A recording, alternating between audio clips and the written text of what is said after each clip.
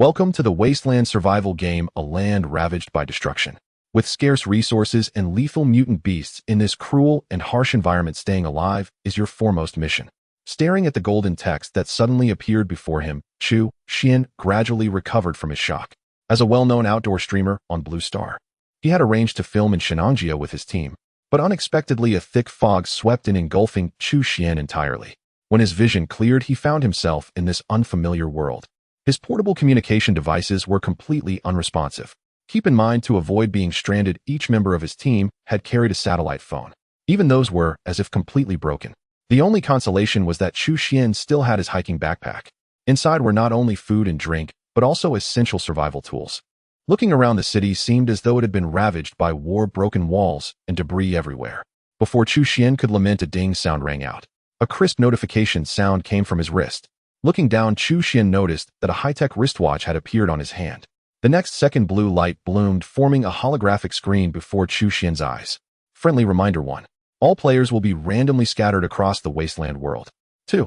Most supplies must be obtained by exploring and scavenging areas. Occasional airdrops will occur, so note the coordinates. 3. Weapons are essential. Please craft them as soon as possible or search residential areas and armories. 4. The wristwatch is not just decoration, to understand its functions quickly. 5. There are many vehicles in the Wasteland. When necessary, they can be a safe resting place. 6. Beware not only of the harsh environment, but also of mutant beasts, viruses, and human hearts. Staring at the text, Chu Xian instantly understood his situation. In a word, to survive here, it would be. A gust of yellow sand swept by. Chu Xian hurriedly hid inside a dilapidated low building. Though most of the structure was weather-worn, it offered him a brief respite. Following the prompts, Chu Xian began to explore the wristwatch functions. The holographic screen flickered, revealing a list of buttons resembling a game system interface. Social trading, construction, inventory, map. There's a map. Chu Xian was startled. In the wilderness, a map would be a huge help. He quickly opened it, but was taken aback. It was called a map, but it only marked his current location. Undiscovered areas were still shrouded in darkness. Moreover, even the low building he was in was merely outlined, nothing like the detailed maps in games. Still, it was better than nothing. At least he wouldn't get lost in the sandstorms. Closing the map, Chu Xian checked the other functions. First, the social channel. It was divided into world chat and private chat. The sudden Wasteland survival had left most participants in dire straits. Damn it, I landed in a desert. What do I do? Where am I? It's so dark I can't find my way out. Can someone save me? They'll give you 10 million after I get it. Wasteland survival. Are you kidding me? I just bought a new sports car, damn it. Haha, I'm the chosen one. Woke up right in a parking lot. Going to pick my new ride. Everyone be careful, there are zombies. Watching the flood of messages, Chu Xian couldn't help but marvel at how quickly the world had changed. Whether the wealthy or ordinary people like him, all were brought back to the same starting line. He looked around. For now, although sand still blew, there were no monsters, and his own supplies were intact. This could be considered the other system functions were straightforward. Trading was like a marketplace, bartering. But at this early stage, nothing was listed, so Chu Xian opened the construction option. Construction. The holographic screen scrolled down, revealing an overwhelming list of equipment and tools. Basic windbreaker, fabric 52, basic hiking boots, fabric 53, leather 01, basic torch, wood 101, saltpeter 31, wooden bow, wood 102, string 01. Besides daily necessities and survival tools, it also included devices from various fields, even buildings and vehicles. But rare facilities were grayed out in the construction menu, requiring specific blueprints to unlock. As a gaming enthusiast, Chu Xian was very familiar with all this. But the construction function also included repair and upgrade options. Presumably, if something broke later, as long as he had materials, he could restore its function. That did provide some convenience for players. Last was the inventory function. The moment Chu Xian opened it, his backpack turned into a beam of white light and disappeared into the wristwatch. Before Chu Xian could react, a list appeared before his eyes. Obtain purified water 100 milliliters x2, obtain compressed biscuit 100 g x1, obtain simple 10 x1, obtain survival knife x1, decomposed surplus items iron x3, fabric x2, copper x1, glass x2. What the hell? When Chu Xian looked again, his belongings and the system's initial supplies were all stored in the inventory. As for his compass, phone, camera, they were all decomposed into materials. Apparently, anything unrelated to survival was directly dismantled by the system. Chu Xian was speechless. He had no choice but to squat in the corner and wait for the sandstorm to pass. Besides his own food and water, the system provided 6 loaves of bread and 10 bottles of drinking water. With careful use, he could last about a week. But Chu Xian knew that waiting idly would only lead to death. He glanced at the broken high-rise building in the distance, planning to scavenge for supplies as soon as the weather improved. Energy fluctuation detected. Hundredfold amplification system has been bound. Just as Chu Xian was about to close his eyes to rest, a mechanical voice sounded in his ears. Chu Xian was startled, thinking he might have misheard. He looked around, but saw no change. Instead, he spotted a bicycle buried in the sand. He took 2 steps closer, and the mechanical voice sounded again. Hundredfold amplification effect activated. Found 1 dilapidated bicycle. System reward optional 1. Pick up 100 dilapidated bicycles can be decomposed too. Pick up a level Black Shark military jeep with Type 88 light machine gun, 300 rounds. Even though Chu Xian was gradually adapting to the Wasteland survival situation, he was now somewhat unsettled. A military jeep, and with machine gun bullets. Isn't this the legendary Golden Finger? Slightly dazed, Chu Xian snapped back to reality. For a moment, he wondered if all players had this thing. Or was he the only special one? He opened the social channel and looked around. Other players were still lamenting and cursing about the survival environment. No one mentioned this matter at all. As expected, only he had activated the hundredfold amplification system. Chu Xian couldn't help but sigh. This wasn't just a chosen start, it was a direct takeoff into the sky. Not to mention that in this desert zone, he had a jeep as a vehicle. With such a powerful system, even though this wasteland survival was extremely difficult, wouldn't it also greatly increase the chance of survival? Even in this dangerous competition, Chu Xian could be far ahead of others. Although at first glance the choice of a military jeep was impeccable, being able to multiply materials 100-fold when severely lacking resources was also an unparalleled advantage. However, at the moment the sandstorm was so fierce, Chu Xian directly chose the military jeep. Then a pitch-black steel killing machine appeared before Chu Xian's eyes. Black Shark military jeep. Level A. Description: a high-end vehicle in the Wasteland world equipped with reinforced armor and an onboard support radar system. Type 88 military light machine gun. Level C. Description: a military weapon produced in the Wasteland world, extremely light, easy to carry, but relatively mediocre in function. Note item levels are divided into F, E, D, C, B, A, S, S, S, S, S, S, X. Durability will gradually decrease with use and needs to be restored through repair. Looking at the system prompt, Chu Xian couldn't help but feel excited. Just these 2 items alone would astound others. Without hesitation, Chu Xian opened the car door, and you must know outside the sandstorm was still raging. Now with the jeep, not only was safety guaranteed, but there was also extra space for rest. Thinking of the machine gun on top in this world filled with wild beasts, Chu Xian had a bit more confidence. He familiarized himself with the jeep's controls. Thanks to the onboard support system, Chu Xian quickly became familiar with all the functions. The only flaw was that there was only 1 tank of fuel. It would probably be hard to refill. So Chu Xian planned to store the jeep back in his space once he entered the city, using it sparingly. After loading the machine gun with bullets, everything was ready. Chu Xian stepped on the accelerator and drove towards the distant broken skyscrapers. His current task was clear. Seek supplies, upgrade the vehicle. Everything revolved around improving his survival coefficient. Broken walls and ruins flashed by outside the window. The jeep sped like a wild horse. The fierce sandstorm was still howling. Looking at the harsh environment, Chu Xian couldn't help but sigh that he got. If it weren't for this military jeep, I would never have been able to come this far, even if the sandstorm didn't stop. In the blink of an eye, a box with a flashing red light suddenly fell from the sky into Chu Xian's view. From a distance, it must be the airdrop mentioned in the friendly tip. Indeed, good things come in pairs. Chu Xian was startled. Although the airdrop was in the sandstorm deviating from the city route, with the jeep, he could actually try his luck. Whatever supplies he found with the hundredfold amplification, he would surely come out ahead. Turning the steering wheel, Chu Xian drove straight to where the airdrop landed. Given the harsh sandstorm, no other player likely had the ability to come here. Using the jeep as cover, Chu Xian covered his mouth and nose with his clothes and opened the door. The airdrop box was a pure black metal cube 1 meter in size. As soon as Chu Xian approached, a prompt popped up on his wristwatch. Clevel Supply airdrop strategic resources regularly dropped into the wasteland by the Unity Department. Various resources. Immediately after the metal box suddenly opened, the contents were fully revealed: bread, purified water, and a pure white metal card. The supplies were surprisingly scarce. Fortunately, the golden finger prompt followed immediately. Hundredfold amplification effect activated. Found 1 piece of bread. System reward selectable: 1 pickup 100 pieces of bread enough to eat. 2 pickup 10 chocolate bread, sweet and delicious. 3 pickup 1 trial military perception bread, temporarily enhances perception after consumption. Whoa. Looking at the third option, Chu Xian was stunned. The first 2 were fine, but enhancing perception, that had clearly risen to a special effect level. Similarly, for the drinking water, the last option was a military energy drink that could increase strength. Sure turned his gaze to the metal card. Seeing the prompt, Chu Xian's pupils dilated. D11 zone no. 2 armory password card, standard password card. With this card you can enter the designated area. It's actually an armory card. Although Chu Xian didn't know where D11 zone was, such a precious item in such a harsh environment was a god. Under their relentless assault, the creature's abdomen bled profusely. Its sharp maw suddenly turned and tore one man apart. Activated. Found 1 password card. System reward selectable 1 pickup 100D 11 zone no. 2 armory password cards. 2 pickup 1 universal password card for D11 zone armory.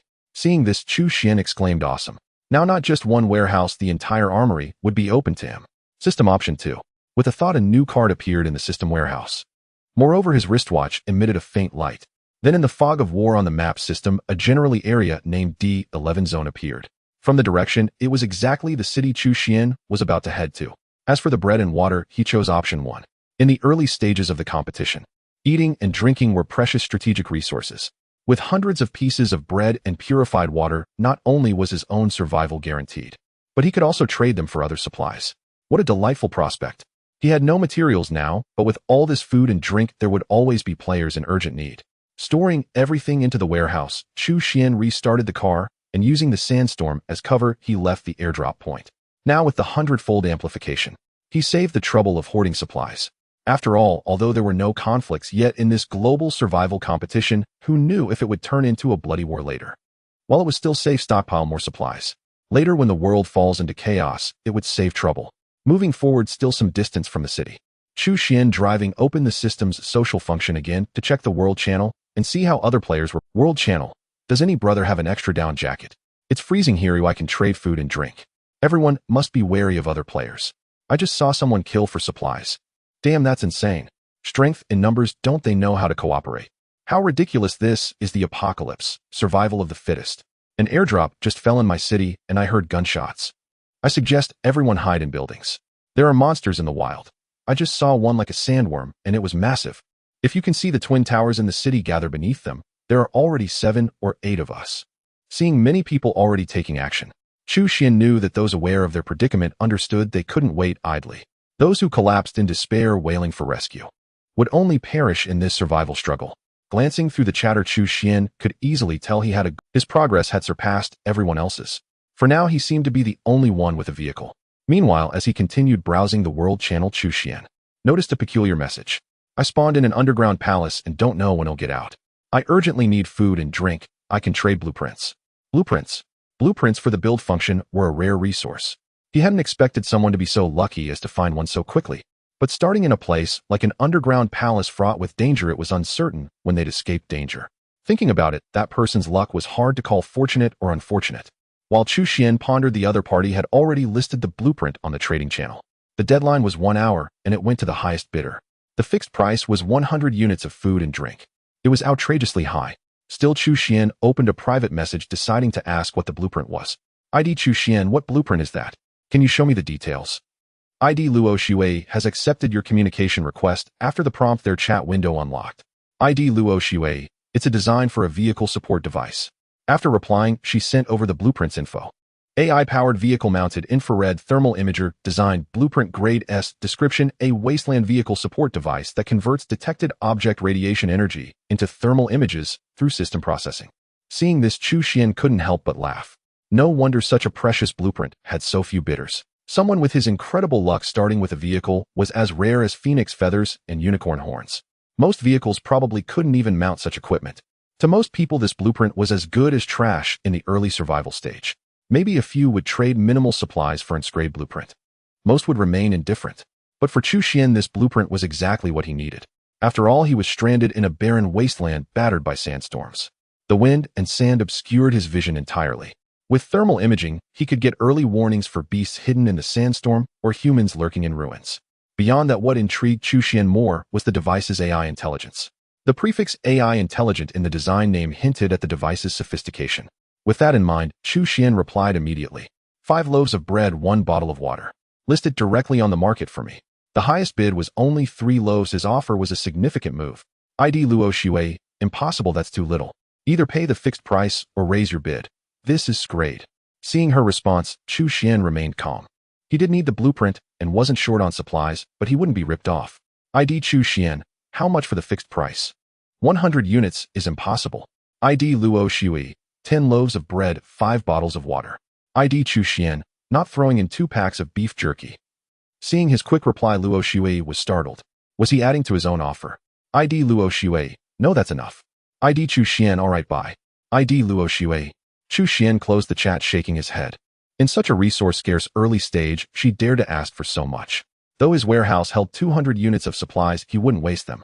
Chu Xian planned to maximize the value of these supplies. He was the one who blackmailed others, not the... Moreover, Chu Xian was confident she would complete the trade. This scrap blueprint was just a useless scrap. As far as Chu Xian knew, the materials required for a blueprint scaled with its rarity. The materials for an scrap blueprint were so terrifying that most people couldn't gather them. So this highly limited scrap blueprint was far less practical than food and drink in the current situation. As expected, she hesitated only briefly. Then she sent a message. Can it be 5 bottles of water? I don't need the bread. Reading it, Chu Xian refused without a second thought. No, the price stands. Take it or leave it. There are billions in the wasteland. I don't need your scrap blueprint. Besides, this blueprint only works on vehicles. ID, just collect it. It's optional for others destined for the... ID Luo Shui. At that moment in the deep underground palace, a coldly beautiful woman stared at the chat window, frowning. Luo Shui had a bad start. She had hoped to use this scrap blueprint to snag some essentials. But reality was far from her expectations. From his words, Luo Shui could guess that Chu Xian wasn't short on supplies and might even have a vehicle. Someone like that wouldn't be easy to fool. For a moment, her curiosity about this man named Chu Xian grew. But for now, Luo Shui could only sigh in silence. As Chu Xian said, this scrap blueprint was too limited, especially for her trapped in an underground palace without a vehicle, a useless chicken rib. So she wasted no time and agreed to the trade. At the same time, Chu Xian received a system prompt. Acquired scrap design blueprint. One seeing the blueprint in his warehouse, Chu Xian smiled. Such treasures were only available now. Once the early survival phase passed, and others could fend for themselves who knew how high this scrap blueprint would soar. Opening the blueprint's details, Chu Xian checked the required materials.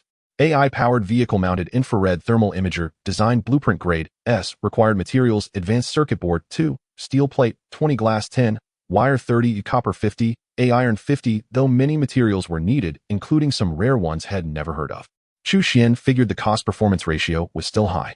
Besides, with the 100-fold amplification effect, finding one item would save him time gathering the rest.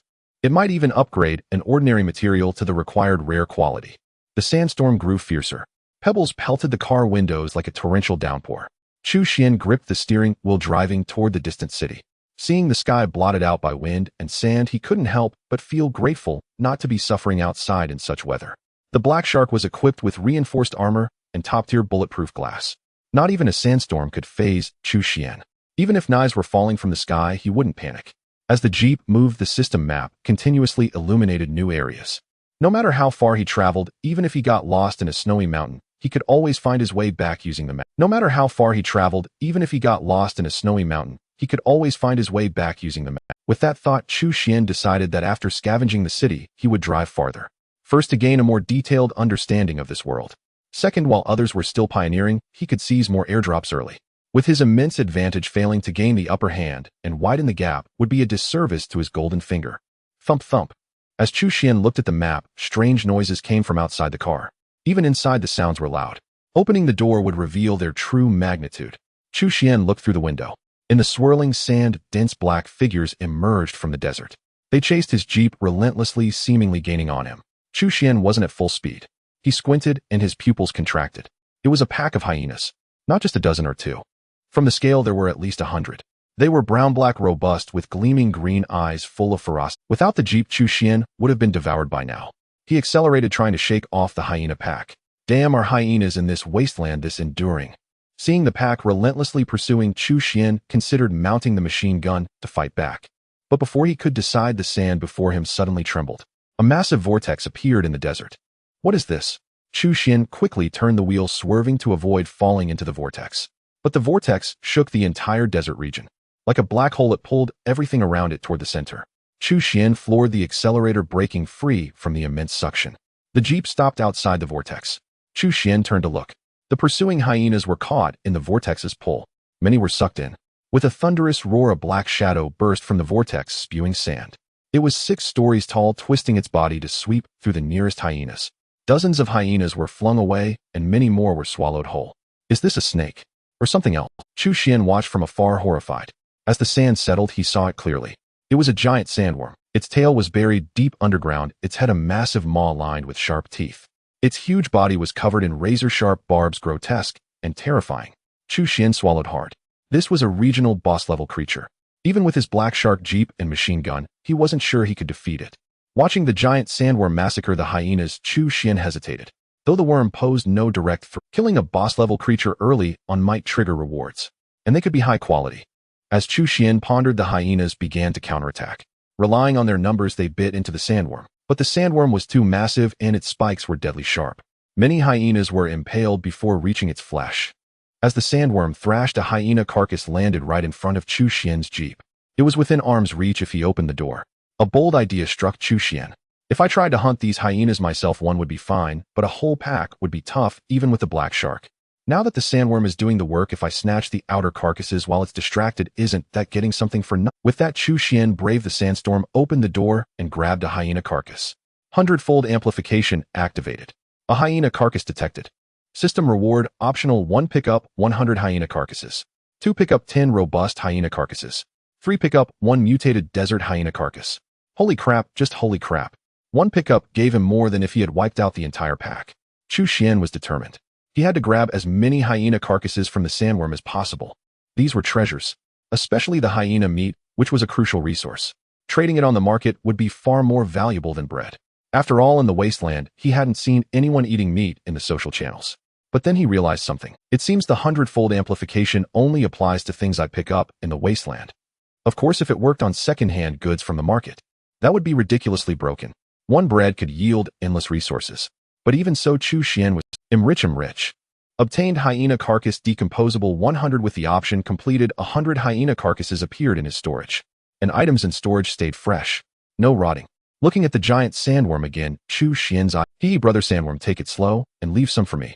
He floored the gas, and the black jeep charged toward the chaotic battle. Obtained hyena carcass 100. Obtained mutated desert hyena carcass 1. Obtained robust hyena carcass 10. Obtained damaged hyena leg 100. Chu Xian's jeep circled the battle center. Everywhere he went, not a single hyena carcass was left. All were stuffed into storage. With the 100-fold amplification, it was incredibly satisfying. His hands grew numb from picking. Watching the giant sandworm fight the hyenas, it was like a tool working for him. Roar. The sandworm let out a deafening roar. The battle intensified. Creatures hiding in the desert were caught in the crossfire. But this only benefited Chu Xian as he drew closer. Obtained desert giant scorpion carcass 100. Obtained mutated sand snake carcass 1. In the blink of an eye, Chu Xian swept through the battlefield around the sandworms as swiftly as a plague of locusts, leaving it spotless. By this point, he chose not to risk approaching any closer. Earlier, the sandworms had overlooked him while hunting the hyenas. But now that the hyena pack had fallen silent, it seemed the sandworms were indulging in a hearty feast. Once they finished their current meal, they would naturally notice the presence of the black shark jeep. Taking advantage of the growing sandstorm, Chu Xian swiftly retreated toward the periphery. By the time his jeep had driven far away, a furious roar finally echoed from behind. Presumably, the sandworms had just discovered that half of their hard-won spoils had been stealthily plundered. A faint smile curled on Chu Xian's lips as he sped away in the black shark. The outlines of abandoned buildings were gradually coming into view. Confident that he would soon drive into the city, Chu Xian turned his attention back to his warehouse. With the sandworms doing the labor for him, this haul was astonishingly bountiful. There were over 1,200 animal carcasses alone, enough to last a year, not to mention the mutated creature materials obtained through amplification. After decomposition, the fangs and bones became excellent crafting materials. It was 1,000 times more satisfying than opening a supply drop. Now that I have so many supplies, I need to plan what to replenish next. Chu Xian had no worries about food or drink, but he was sorely lacking in other materials. Moreover, the 100-fold amplification only worked on items he acquired personally. Second-hand goods from the market had no effect.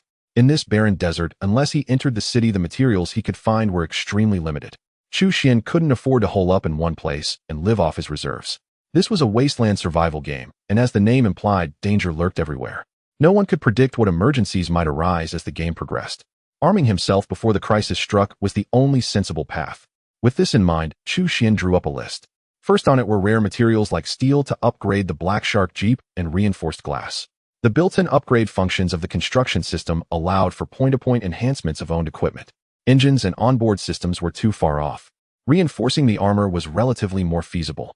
Next came the AI-powered infrared thermal imager for the vehicle and weapon blueprints. Initial weapon crafting was mostly limited to cold weapons. Having already acquired a Type 88 light machine gun, Chu Xian naturally looked down on wooden bows and iron swords. But after scanning the market, he found not even blueprints for firearms, let alone decent cold weapons. Chu Xian had to give up for the time being. Last on the list were seeds for fruits and vegetables. Once he found a safe place suitable as a long-term base, farming could provide him with a steady supply of resources. He wasn't worried about survival rates either. With the 100-fold amplification, if one plant survived, he would harvest 100 units.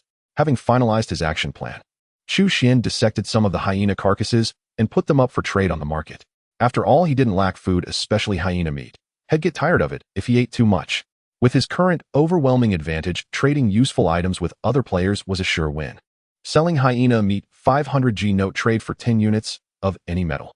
Selling hyena leg 1 note trade for 10 units of glass, wire, copper wire, etc. Buying advanced circuit board 2 note trade for hyena meat 5 kilograms note 2. If you have good items or blueprints, feel free to message me with an offer. See you in the Wasteland. As Chu Xian posted his requirements for making the thermal imager along with some seed and blueprint requests, the social channels exploded with activity from players across the Wasteland. Holy crap, who's this big shot named Chu Xian? So awesome. 1020. Holy moly, he's listed over 100 pounds of hyena meat. How many hyenas did he kill? I can't stand it while I'm still eating black bread. Impossible, the creatures in this world are huge. How could one person take down so many hyenas? Too strong.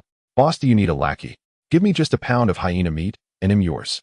Dude, with that much food, shouldn't you share with us? We're all in the same boat. Chu Xian noticed the chaos in the social channels. Should, what a word.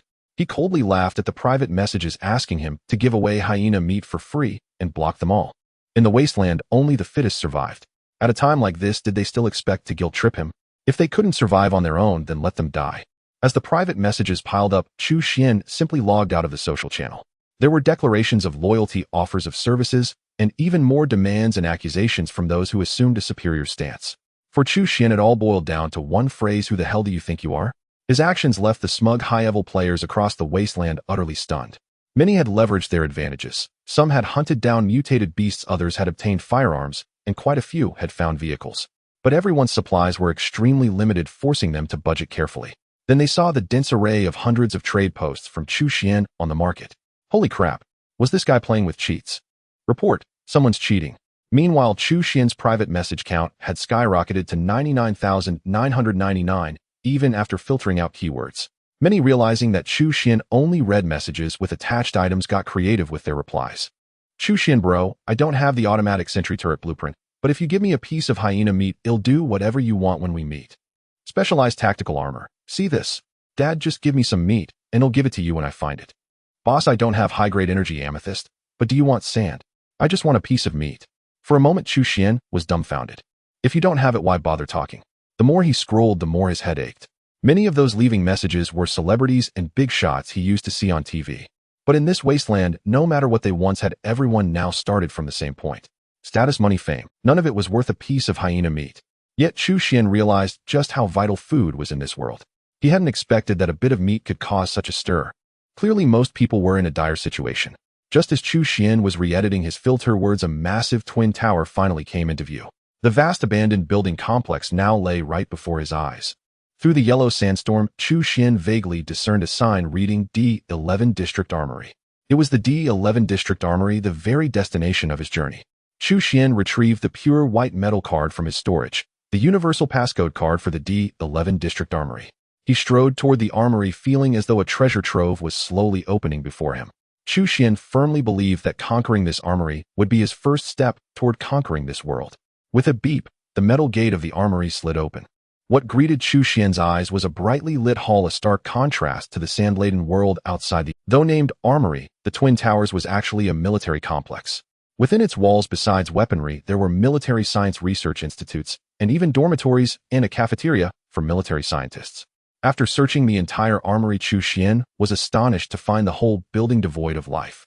Chu Xian ran his hand through his thick hair, gazing at his handsome, striking reflection in the mirror, and murmured to himself, "Handsome and wealthy. Am I the legendary chosen one?" He couldn't help but laugh. Chu Xian was once a renowned outdoor streamer on Blue Star whose looks and physique rivaled Peng Yuyan's, earning him tens of millions of fans. Thus, the vast majority of Chu Xian's livestream audience were women, young girls who came to admire his handsomeness and wealthy mature female fans. Some of the older female fans even privately messaged Chu Xian asking him to name his price, so that Chu Xian swept through Armory No. 1 to No. 3, amassing countless firearms. He obtained not only portable easy-touse pistols and powerful sniper rifles, but also biochemical weapons like chemical cannons, landmines, and toxic gas. Besides firearms, Chu Xian also found gun accessories such as laser pointers, scopes, night vision goggles, and telescopes, as well as defensive gear like riot shields, goggles, bulletproof vests, and chemical protective suits. Amplified 100-fold by the system, Chu Xian's storage had become a comprehensive arsenal. Gazing at the stockpile of weapons, an ambitious vision of forming an end-times army swelled in his chest. At that moment, Chu Xian opened the crafting option on his wristwatch. Beneath the light screen, a list of equipment appeared before his eyes. Basic windproof coat cloth, 52. Basic jeans cloth, 52. Basic hiking boots cloth, 53. Leather 01 grade laser gun steel plate, 42. Glass 11. Copper, 25. Circuit board 18. Chu Xian had rushed straight to the armory, focusing solely on gathering weapons and equipment, neglecting to collect basic materials from the game system. When he saw that the quantities of basic materials like cloth, leather, steel plates, and glass required for crafting equipment had not increased at all, Chu Xian suddenly felt like he was playing a game while ignoring the main quest. A wry smile touched his lips. You really can't mess around in a game, you have to follow the rules. Otherwise, you'll put on a furious show of effort only to find yourself stuck in the same spot. An incredibly awkward situation. So Chu Xian headed to the dormitory area of the military complex to gather cloth and leather. According to common sense, women's demand for cloth and leather far exceeds men's. Therefore, Chu Xian resolutely made his way toward the female dormitory. It's my first time in a girl's dorm, he thought. Though he knew it was deserted, his heart still raced with a hint of unease on his first visit. When Chu Xian approached a piece of clothing, his wristwatch popped up a prompt. 100-fold amplification effect activated. An article of clothing was detected, and the system automatically decomposed it into 1 unit of cloth. System reward optional: 1. Acquire 100 units of cloth. 2. Acquire 10 units of grade cloth. Grade cloth is 3 times superior to ordinary cloth in strength, comfort, and thermal regulation. 3. Acquire 1 unit of a grade cloth. A grade cloth is 3 times superior to grade cloth in strength, comfort, and thermal regulation. After the 100-fold amplification, the cloth did not grant any special abilities like the bread's perception enhancement. Could it be that cloth cannot obtain special abilities, or was the amplification insufficient? Chu Xian found several black ladies' leather skirts. Unsurprisingly, the system automatically decomposed them into leather material. After a round of gathering and amplification, Chu Xian took stock of his storage. Ordinary cloth, 10,000. Ordinary leather, 10,000. Grade cloth, 1,000. Grade leather, 1,000. A grade cloth, 100. A grade leather, 100. Chu Xian then opened the crafting interface and clicked to synthesize a basic windproof coat. The system prompted basic windproof coat synthesized. Basic windproof coat, grade common description: a basic top for the Wasteland world. Can withstand impacts of 5 newtons. Can be upgraded to an F-grade windproof coat by consuming F-grade cloth. In the Wasteland, survival is paramount. Defense must be maxed out. Thus, Chu Xian synthesized in a grade windproof coat a pair of a grade jeans and a pair of a grade hiking boots through the system. The coat and jeans primarily boosted defense, while upgrading the boots mainly enhanced speed and jumping ability. In terms of speed, the A-grade hiking boots could increase the wearer's velocity to 30 km/h, nearly matching an electric scooter. In terms of jumping ability, the A-grade hiking boots allowed the wearer to leap up to 3 meters high, a solid world record in his past life. Chu Xian put on the synthesized clothes and boots, immediately feeling comfortable and light. He continued his search of the armory's other areas. The words "security monitoring room" caught Chu Xian's eye, and he pushed the door open. The entire wall was covered with a dense array of small screens, hundreds in total. Each screen corresponded to a camera displaying every corner of the armory. Chu Xian paused before the wall of screens, carefully observing the interior and surrounding environment of the military complex. Suddenly, a group of people appeared on a screen in the upper left corner of the wall. Intruders have entered the... Chu Xian watched as the group of outsiders slowly approached the armory's main gate. A burly bald man pulled a pure white metal card from his pocket. It was the passcode card for the D11 District Armory. As the burly bald man presented the card, the armory's gate slowly creaked open. It seems others have also obtained airdrop supply crates and gotten the passcode card for the D11 District Armory, Chu Xian murmured. Humans are social animals by nature, but in the Wasteland world, resources are scarce, far insufficient to sustain a communal existence. Under these circumstances, walking alone might be the best choice. The world had changed, and humanity's moral system would change with it. The former virtues of truth, goodness, and beauty could become the very source of evil in the Wasteland. After an inner struggle, Chu Xian fixed a determined gaze on the outsiders on the screen, as if he had already made a decision in his heart. Chu Xian stood before the surveillance wall in the monitoring room, his gaze fixed on the intruders in the armory as he silently assessed their strength. The group consisted of about 30 people. What first caught Chu Xian's attention was that including the burly bald man holding the armory access card, there were 7 muscular men among the intruders. Each of them carried a rifle, and their grip suggested they had received firearms training. Could they be soldiers? Apart from these muscular men, a woman in a brown cap also held a gun. The woman's face was hidden beneath the cap, but her figure was strikingly alluring. Standing at about 1.7 meters, she wore a short black leather jacket that barely contained her full bosom, revealing a slender waist with visible abdominal lines.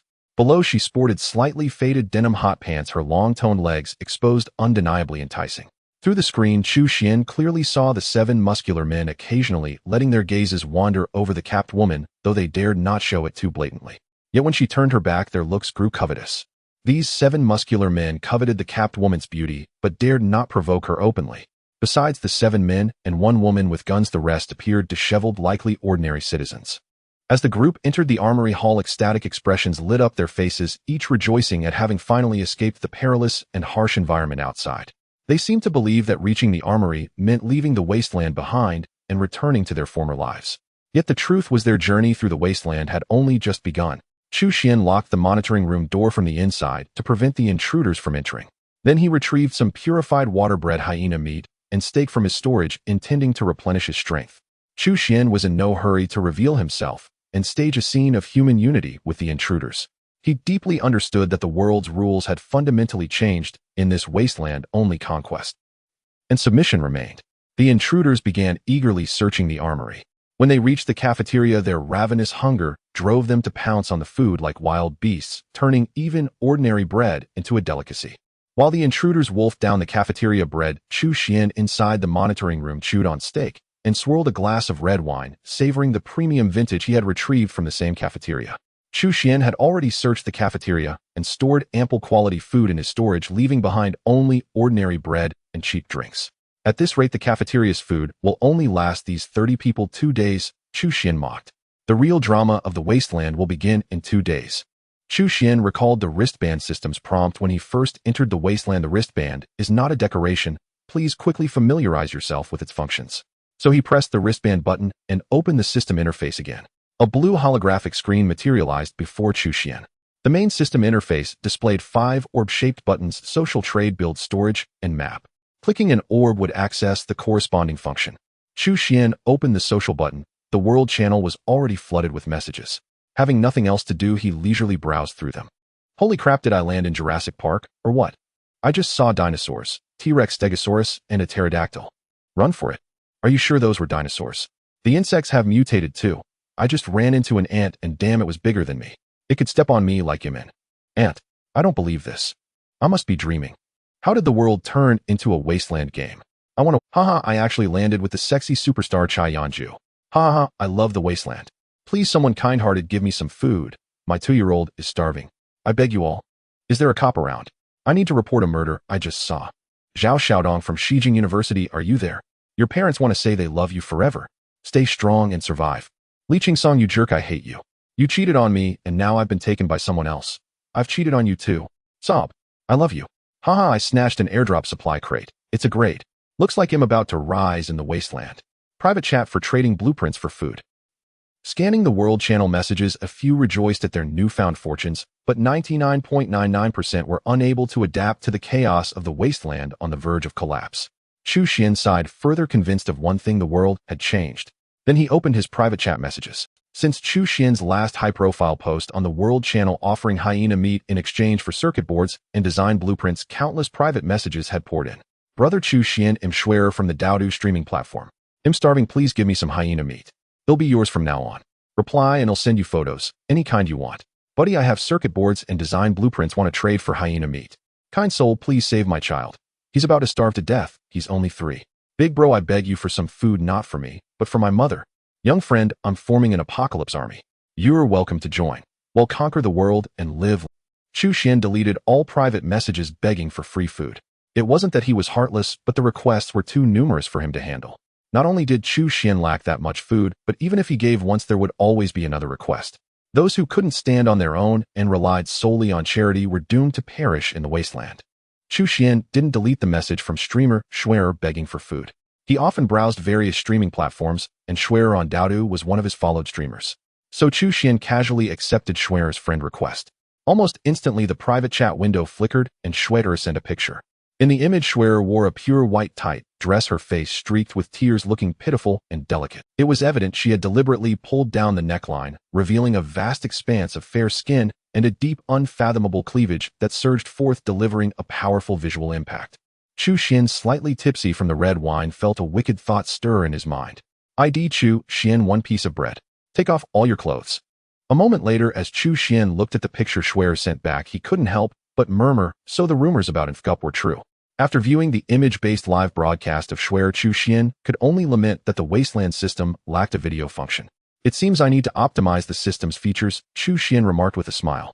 At that moment, a dialog box suddenly popped up on the system interface. System notification: the system has been upgraded. A video function has been added to the private chat window.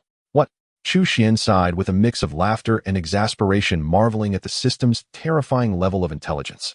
Alright, driven by a desire to test the new feature, Chu Xian opened the video function in the chat window with Schwerer. After some time had passed, Chu Xian noticed an ID suddenly flicker to life in the private chat dialog box. The ID was Luo Xue. Previously, Chu Xian had exchanged 5 pieces of bread and 1 bottle of water for Luo Xue's AI-enabled smart vehicle infrared thermal imaging design blueprint. Chu Xian felt that transaction had been quite pleasant. Luo Xue MMP not pleasant at all. Chu Xian opened Luo Xue's private message. ID Luo Xue, are you there? I've just obtained a new design blueprint. I'm looking to trade it for food and purified water. Damn, what kind of luck does this Luo Xue have? Is she blessed with a koi fish's fortune? To have acquired another design blueprint, such a scarce resource. ID Chu Xian, send me the blueprint details to take a look. Moments later, Chu Xian received the blueprint information from Luo Xue.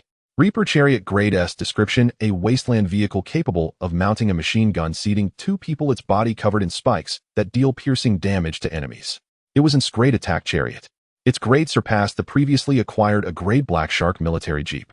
ID Chu Xian, it's its grade design blueprint. What food are you looking to trade for it? ID Luo Xue, can I trade it for 5 bottles of water and 5 pieces of bread? Looks like she's learned her lesson and won't demand an exorbitant price like last time, Chu Xian remarked with satisfaction. But for the same grade blueprint, Luo Xue's price this time is higher than before. Oh well, Chu Xian mused, I shouldn't be too tough. This girl has a koi fish's luck. She might discover more design blueprints in the future. They'll consider this a strategic investment. After some deliberation, Chu Xian readily agreed to Luo Xue's exchange request. System notification: acquired grade design blueprint X1A, and the blueprint's detailed information unfolded before Chu Xian's eyes. Reaper Chariot Grade S required materials: advanced circuit board X30, steel plate X50, glass X10, wire X30, copper X100, iron X100. Meanwhile, in a deep and gloomy underground palace, the cold and beautiful woman Luo Xue had never expected that the man named Chu Xian would so readily agree to the terms she had proposed for this transaction. She had originally kept a reserve price, leaving room for negotiation, but she never anticipated such a swift agreement. This made Luo Xue begin to doubt whether she had priced it too low. At this thought, a flicker of disappointment and vexation crossed her cool, delicate face. She felt that in her dealings with Chu Xian, she had once again ended up at a disadvantage. Chu Xian, you got off too easy, Luo Xue muttered softly, biting her lip. If I ever see you, I won't let you. Inside the security checkpoint, Chu Xian sneezed. Little did he know that his 2 transactions with Luo Xue had turned her into a bitter rival. Chu Xian continued browsing through some private messages offering trades, exchanging bread, water, and hyena meat to acquire advanced circuit boards X50, steel plates X100, wire X50, and batteries X200. Unfortunately, he encountered no rare metals like lithium, nickel, molybdenum, or selenium, nor did he come across any rare design blueprints like the one Luo Xue had provided. It seemed his promotional efforts were still insufficient. So Chu Xian posted a message in the World Channel: for sale, stake X500G note, trade for 10 units of any metal. For sale, red wine X1 note, trade for 10 units of materials like glass, wire, copper, wire. Wanted advanced circuit boards X quantity, design blueprints X quantity, note, trade for canned beef, canned fruit, canned vegetables, fresh ingredients, note 2. If you have good items or design blueprints, feel free to DM with your price rain or shine, they'll be waiting in the wasteland. As expected, Chu Xian's post stirred up a commotion on the World Channel. People sighed in unison. The rich have meat and wine rotting away while the poor freeze and starve. Unbeknownst to him, half the day had already slipped by. Chu Xian closed the system on his wristwatch and looked up at the screen wall. He couldn't help but let out a low chuckle. I thought it would take 2 more days before their food ran out, and they started preying on each other, but I never expected the drama to start early. It seems it's time for me to make my entrance. It turned out that just moments ago, after everyone had eaten their bread and sated their hunger, finally shaking off the days of starvation that had plagued them, a few cups of cheap liquor had emboldened the burly, muscular men, making them restless. One bold, muscle-bound man who had long coveted the beautiful woman in the peaked cap began to stir. Pretending to lose his balance, he lunged toward her, but before he could even touch her, she deftly sidestepped. The woman rewarded him with a vicious kick to the groin, sending him writhing on the ground, clutching his crotch. The other muscle men, witnessing this, felt a chill in their own loins and dared not provoke the peaked cap beauty any further. In truth, the woman in the peaked cap was named Qi Shengnan, and she was the instructor of these 7 muscle-bound men. In the training camp, she was renowned for both her devilish figure and her devilish training methods. Countless soldiers with special forces capabilities had signed up for her training camp, drawn by Qi Shengnan's devilish figure, confidently boasting that they would conquer her, ride her, and then have a son. Yet reality was starkly different. Not only had no one managed to conquer Qi Shengnan, but they all suffered miserably under her devilish training regimen. Yet reality was starkly different. Not only had no one managed to conquer Qi Shengnan, but they all suffered miserably under her devilish training regimen. Dragged her toward the dormitory area. Seeing this, the other soldiers followed suit. In an instant, the wails of women echoed through the armory, but even so, it was to no avail. Qi Shengnan watched the soldiers' brutish behavior, but did not forcefully intervene, as she had witnessed such atrocities many times on the way to the armory. Initially, she had been indignant at such beastly acts, stepping forward to stop them, but in the end, she realized it was a futile effort. In the Wasteland, people's emotions were so intensely suppressed that perhaps only this primal instinctive release could slightly alleviate the suffocating pressure. After all, this world had changed. Qi Shengnan was deeply aware of this. All she could do was protect her. For a moment, this devilish instructor felt a wave of despair. If the Wasteland world was reduced to nothing but these filthy, despicable acts, then suicide might be the best escape from this sinful world. At that moment, Chu Xian marked the dormitory rooms of the 7 soldiers on his wristwatch's map, found a route bypassing the cafeteria, retrieved an grade laser gun from his At that moment, Chu Xian marked the dormitory rooms of the 7 soldiers on his wristwatch's map, found a route bypassing the cafeteria, retrieved an grade laser gun from his inventory, and quietly opened the door of the security monitoring room. Chu Xian was about to take action. He walked into the dormitory area where sounds rose and fell, mingled with intermittent cries of pain. He approached a dormitory door. The door was ajar, and Chu Xian saw a muscular man emitting a low, beastly growl from time to time. Chu Xian raised the grade laser gun, aimed at the muscular man's back, and pressed the trigger. A laser beam silently pierced through the man's heart, clean and efficient. Chu Xian's figure darted toward the next dormitory. His grade hiking boots proved their worth as he swiftly dispatched the next muscular soldier.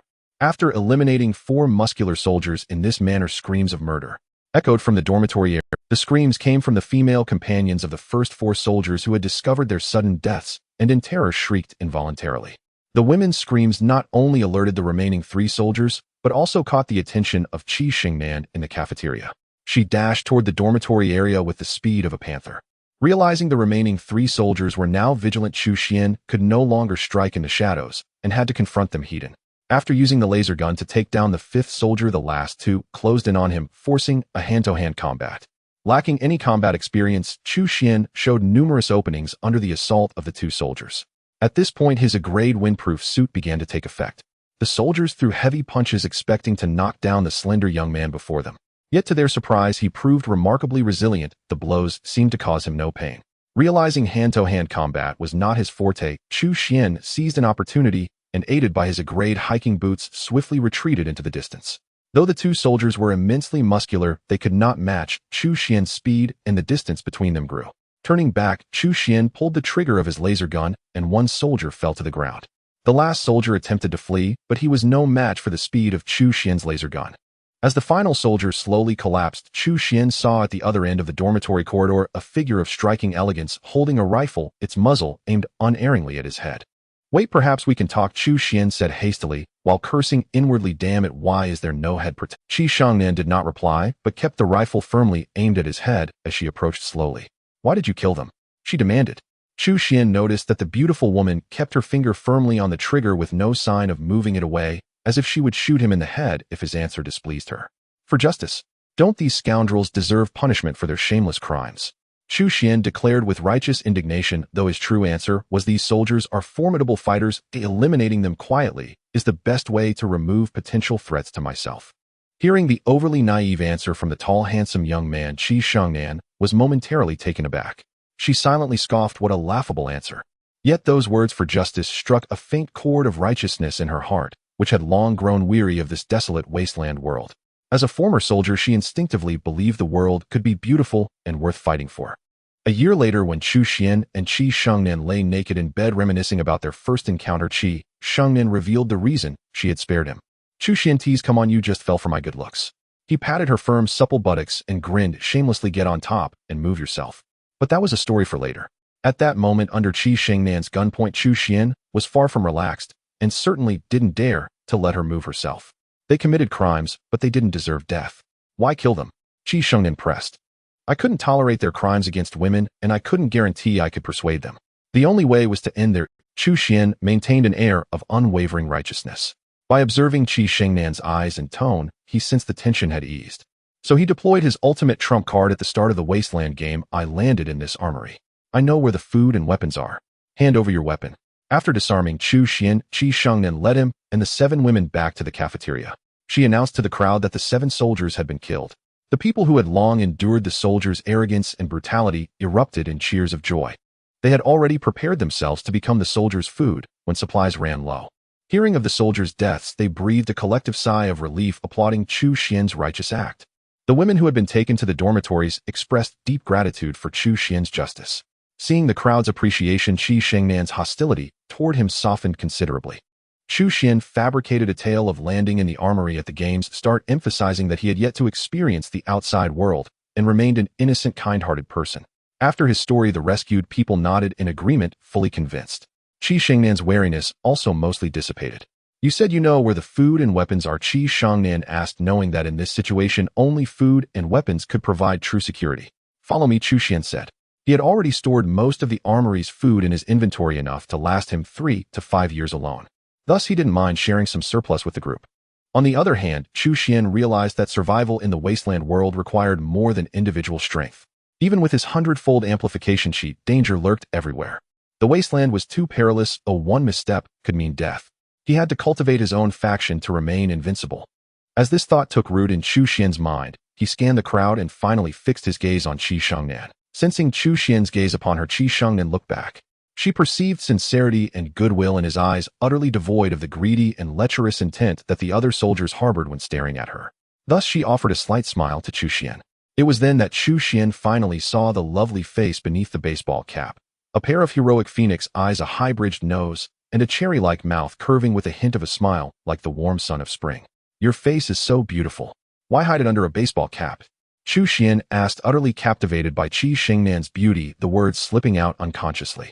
None of your business. Qi Shengnan lowered the brim of her cap to shield her slightly flushed cheeks. She could tell that Chu Xian's compliment came from the heart with no ulterior motive. After Chu Xian led the group to the cold storage, they pounced on the food like wolves descending on sheep. Where are the firearms? Qi Shengnan asked Chu Xian. Follow me. Chu Xian led her to armory no. 1. He swiped a code card, and with a beep the metal door swung open.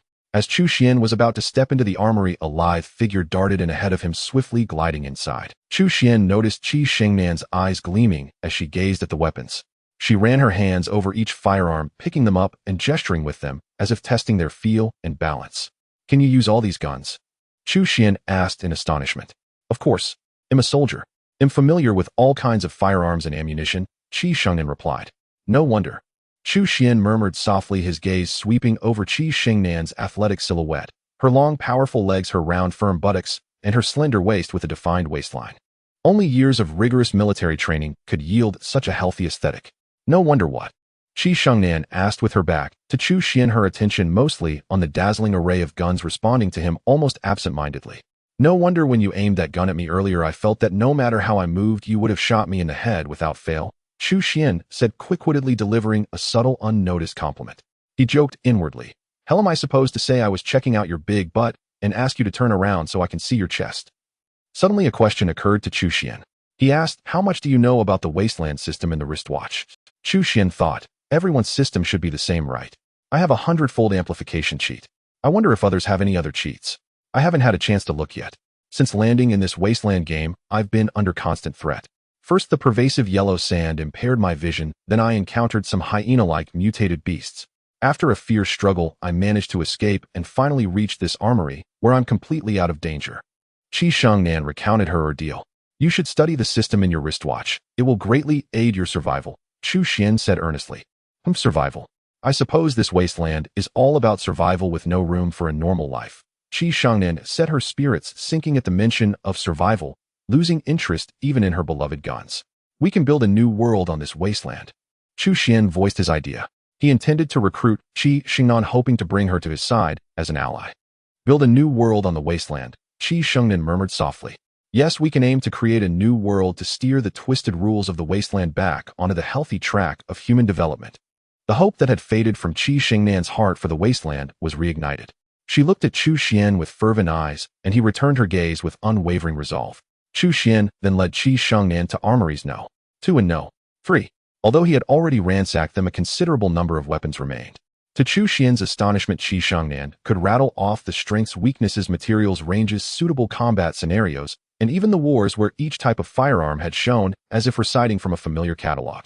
What a woman with a passion for guns, Chu Xian marveled. Following Qi Shengnan through the armories, he gained a wealth of knowledge about firearms. He resolved to seek her advice on such matters in the future. After touring the armories, the two planned to return to the cafeteria to rejoin the group. As they neared the cafeteria, the enticing aroma of food wafted toward them, signaling that a delicious meal awaited. Their appetites were instantly whetted. After devouring the last piece of steak, Chu Xian and Qi Shengnan heaped praise on the cook's culinary skills, complimenting him repeatedly. A sudden inspiration struck Chu Xian. He stood up and addressed the group. Everyone listen up. The current state of the world is dire, as you've no doubt felt. We've been brought together by fate, and we may need to rely on each other to survive these harsh times. I suggest we each share our professions and areas of expertise. Then we can leverage our skills to maximize everyone's potential, ensuring we not only survive in this wasteland, but thrive. For instance, this chef here excels at cooking, so he can handle our meals going forward. The group applauded Chu Xian's proposal, eagerly volunteering their professions and skills. To Chu Xian's surprise, this ragtag team turned out to be a hidden treasure trove of talent. Qi Shengnan, a former officer with agile movements and expertise in all kinds of firearms and ammunition, went without saying. Beyond Qi Shengnan, there were two military scientists, one specializing in weapons development and the other in biochemical weapons. Additionally, there were 2 doctors and 4 nurses. In the perilous wasteland, injuries were commonplace. In such circumstances, doctors and nurses were rare and invaluable assets.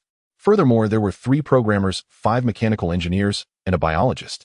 Chu Xian stared at the group in astonishment, feeling as though he had won the lottery of 50 million. Overwhelmed with excitement, Chu Xian forgot to conceal his actions. He pulled a case of premium red wine and a case of champagne from his system's warehouse, set them before the crowd, and shouted, "Rise from the wasteland, rebuild a new world.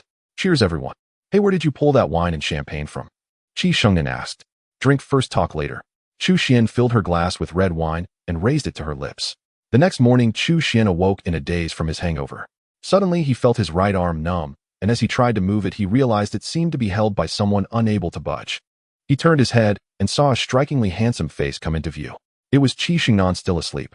At that moment, Qi Shengnan was tightly holding Chu Xian's arm against her chest. Looking at his arm sunk deep into Qi Shengnan's voluptuous curves, though it pressed those 2 soft mounds out of shape, he could not feel any of that bliss, because his arm was numb.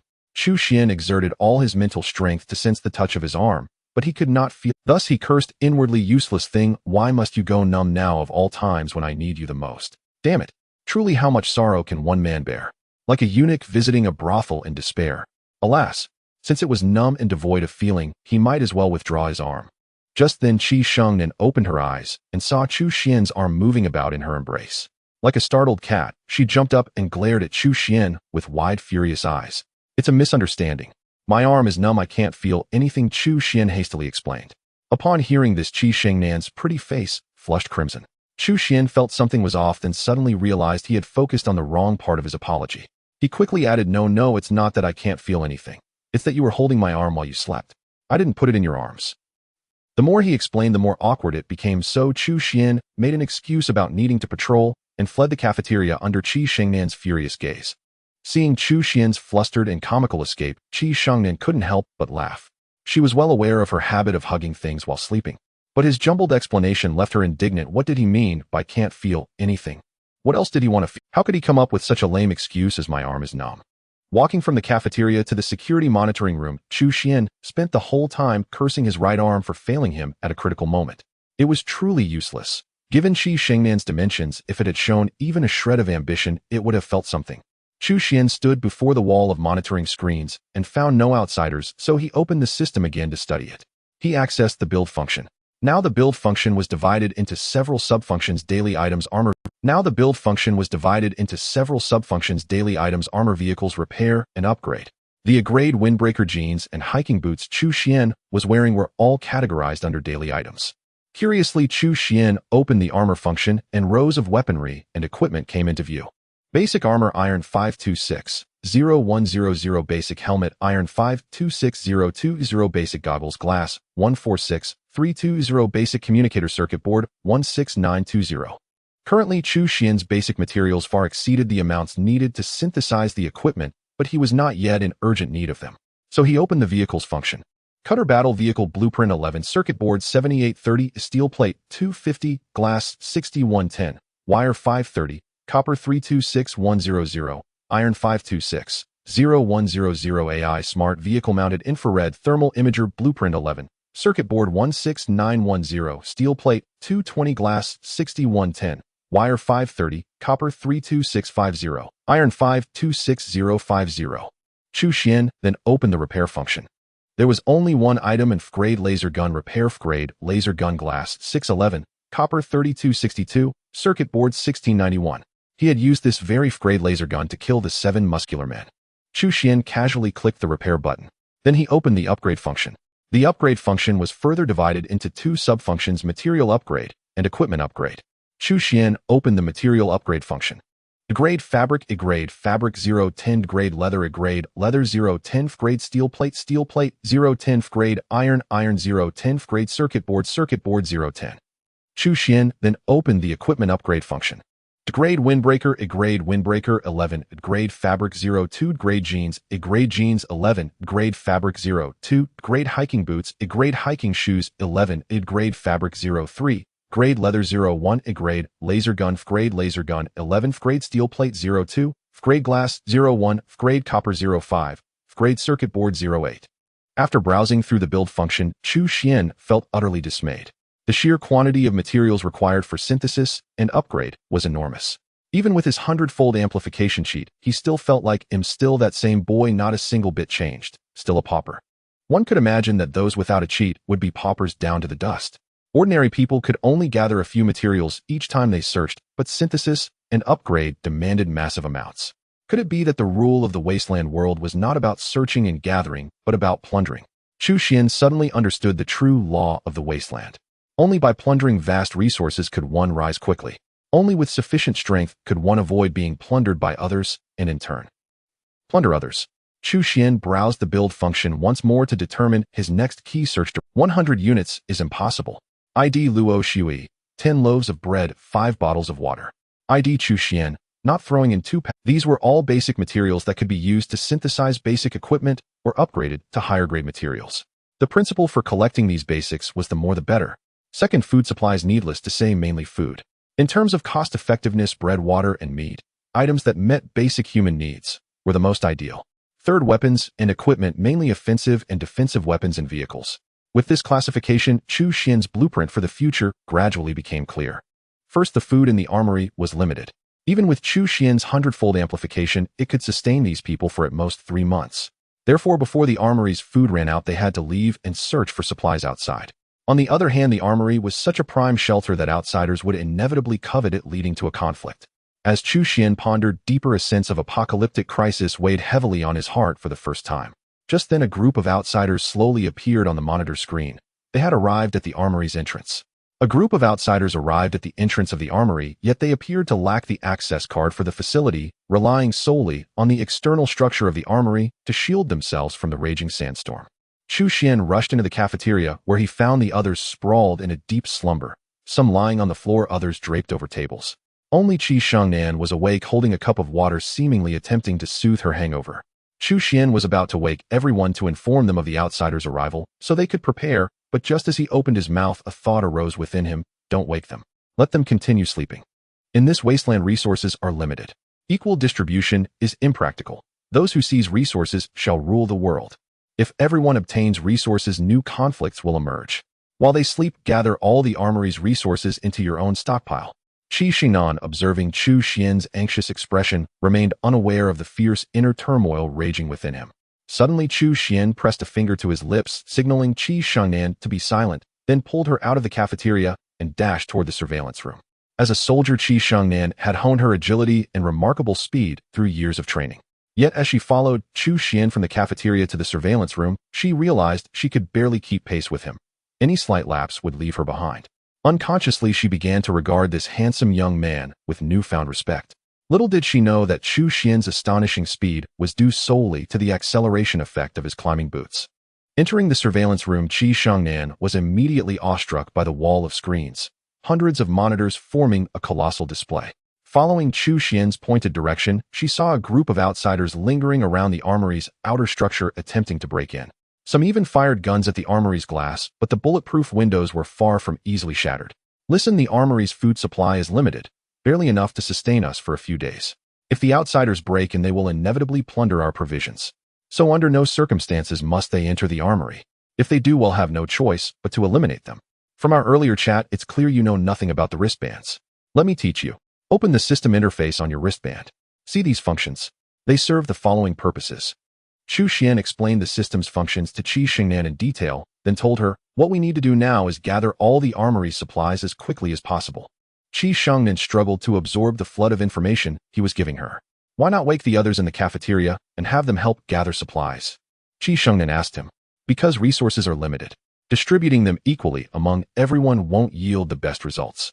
We must first concentrate resources to empower a select few who will then protect the majority. Chu Xian replied, omitting the darker implications, that once everyone obtained resources, internal strife would arise, and there was no fairness or democracy in the wasteland. From her complete ignorance of the wristband system, Chu Xian had already concluded that she was utterly naive. Then why tell me all this? To make me one of the first to be empowered, oi? Qi Shengnan asked. Chu Xian felt a headache coming on. She was such a curious soul. He casually replied, because I love you, then bolted out of the surveillance room to gather the armory's supplies as fast as he could. After Chu Xian left, Qi Shengnan stood frozen in the surveillance room, replaying those words, because in the past, if any soldier had dared say such a thing to her, she would have beaten them to a pulp. But when Chu Xian uttered those words, her heart felt a strange flutter. A moment later, Qi Shengnan began to act. Following Chu Xian's instructions, she set out to gather as many basic materials as possible: cloth, leather, iron, copper wires, and circuit boards. 100-fold amplification effect activated. Chu Xian activated the effect whenever he encountered basic materials, greedily hoarding supplies. Chu Xian discovered that for basic materials, the 100-fold amplification effect typically followed a material upgrade rule. Low-grade materials were upgraded to higher grades at a 10-to-1 ratio. For example, 1 unit of cloth after amplification offered 3 choices: 100 units of cloth, 10 units of grade cloth, or 1 unit of a grade material.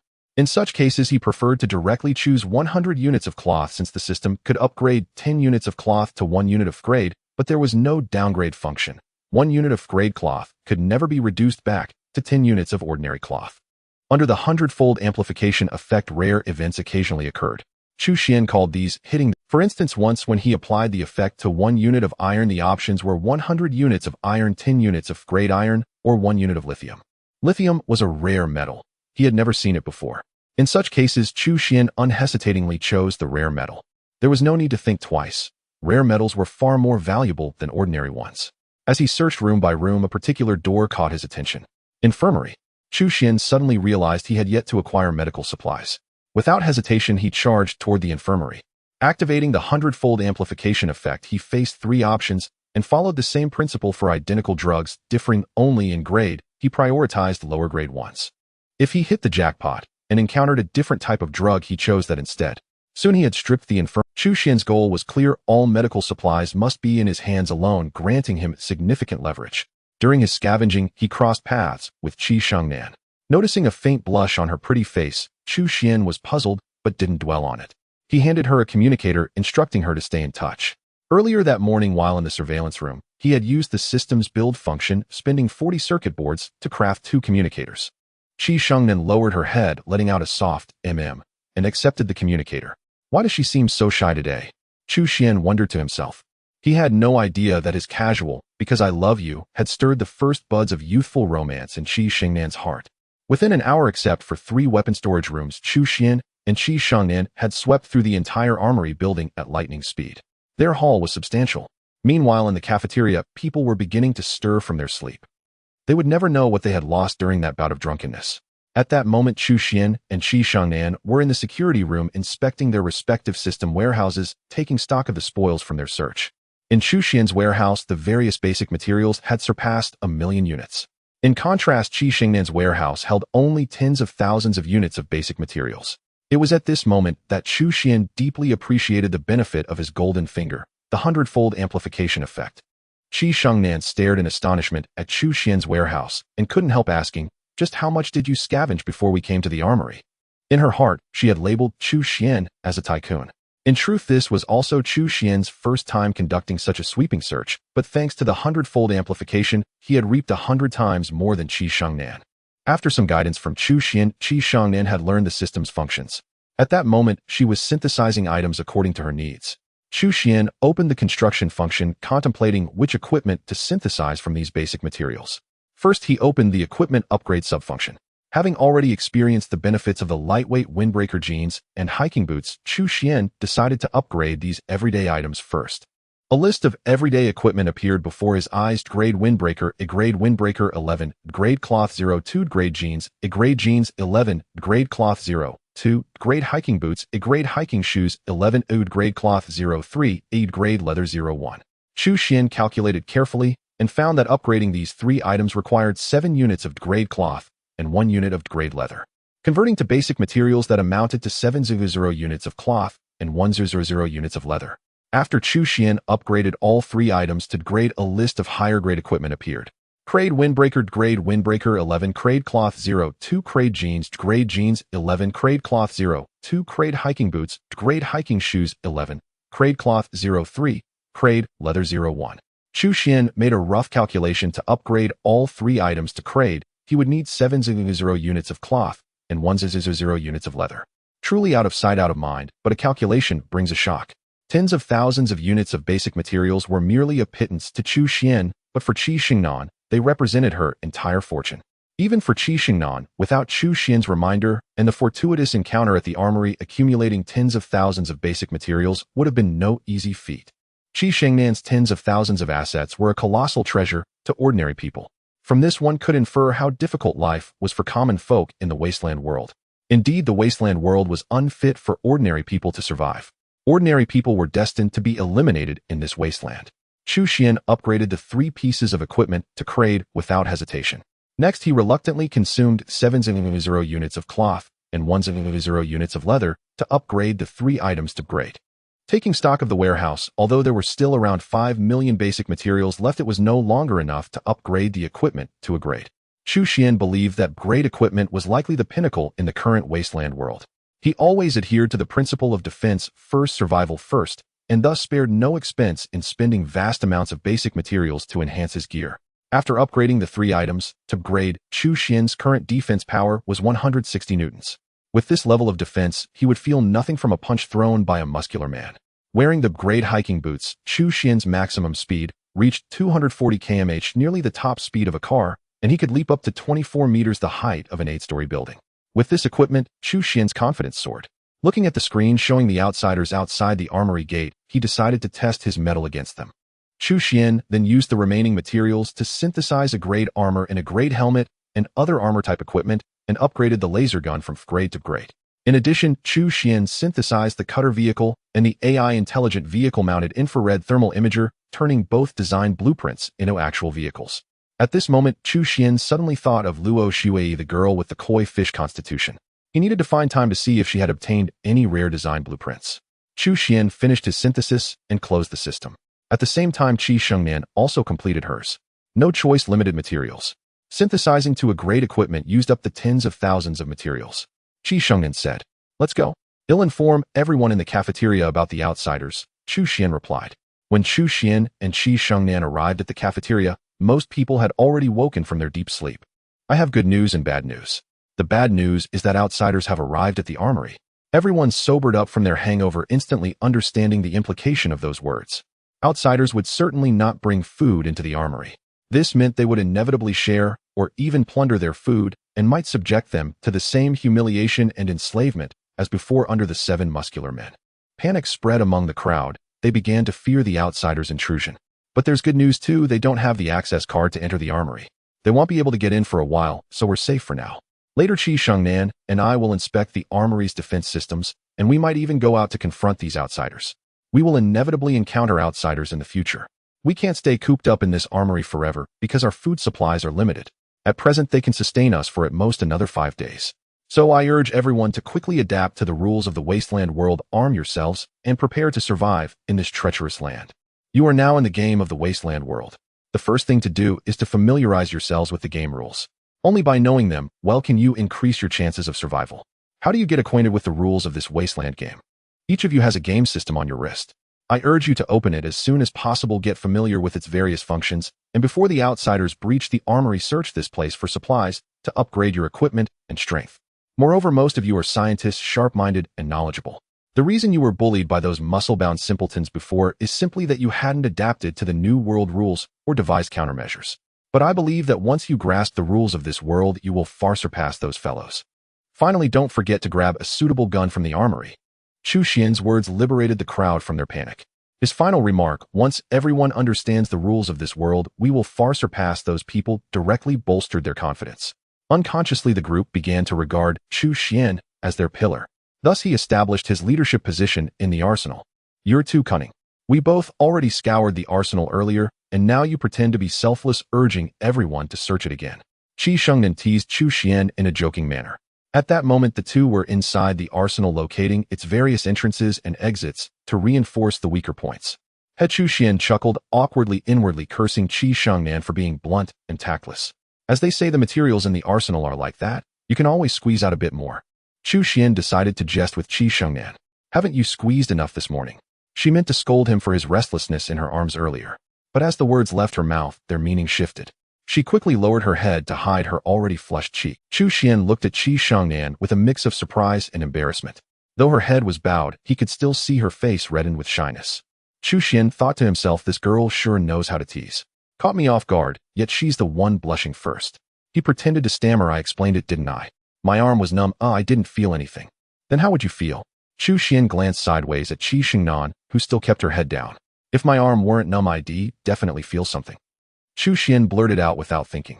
As soon as the words left his mouth, he realized they were misleading. He quickly corrected himself. No, that's not what I meant. I mean, my arm was numb. I really didn't feel anything. Chu Xian was clearly flustered. Well, do you have a boyfriend? I've never had one. Impossible. With your looks and figure, how could you never have had a boyfriend? Someone pursued me, but I beat him away. Formidable. Say if we fought and I won, would you You'd have to beat me first. Then it's settled. He'll wait. Wait for what? For my arm to stop being numb and for me to feel something. A year later, when asked how he won Qi Shengnan over, Chu Xian replied, without hesitation, this wife was won through a fight. Chu Xian meticulously recorded every entrance and exit of the arsenal. As a military stronghold, each passage required a passguard to access. Next, fully armed Chu Xian and Qi Shengnan drove a Black Shark military jeep slowly out of the arsenal's side gate. Their mission was to circle the arsenal, then approach the main gate, pretending to have just discovered it. They intended to make contact with the outsiders there and probe their strength and intentions. At that moment, Qi Shengnan was in the driver's seat. Under her control, the Black Shark military jeep sped recklessly across the rugged, sand-swept terrain.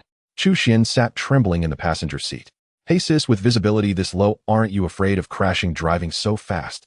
Do you always drive like this? Now I know why you don't have a boyfriend. You're way too fierce. Qi Shengnan's curt, "Less talk," shut Chu Xian up. As the jeep neared the arsenal's main gate, Qi Shengnan slowed down. Chu Xian focused on observing the number of outsiders and their weapons.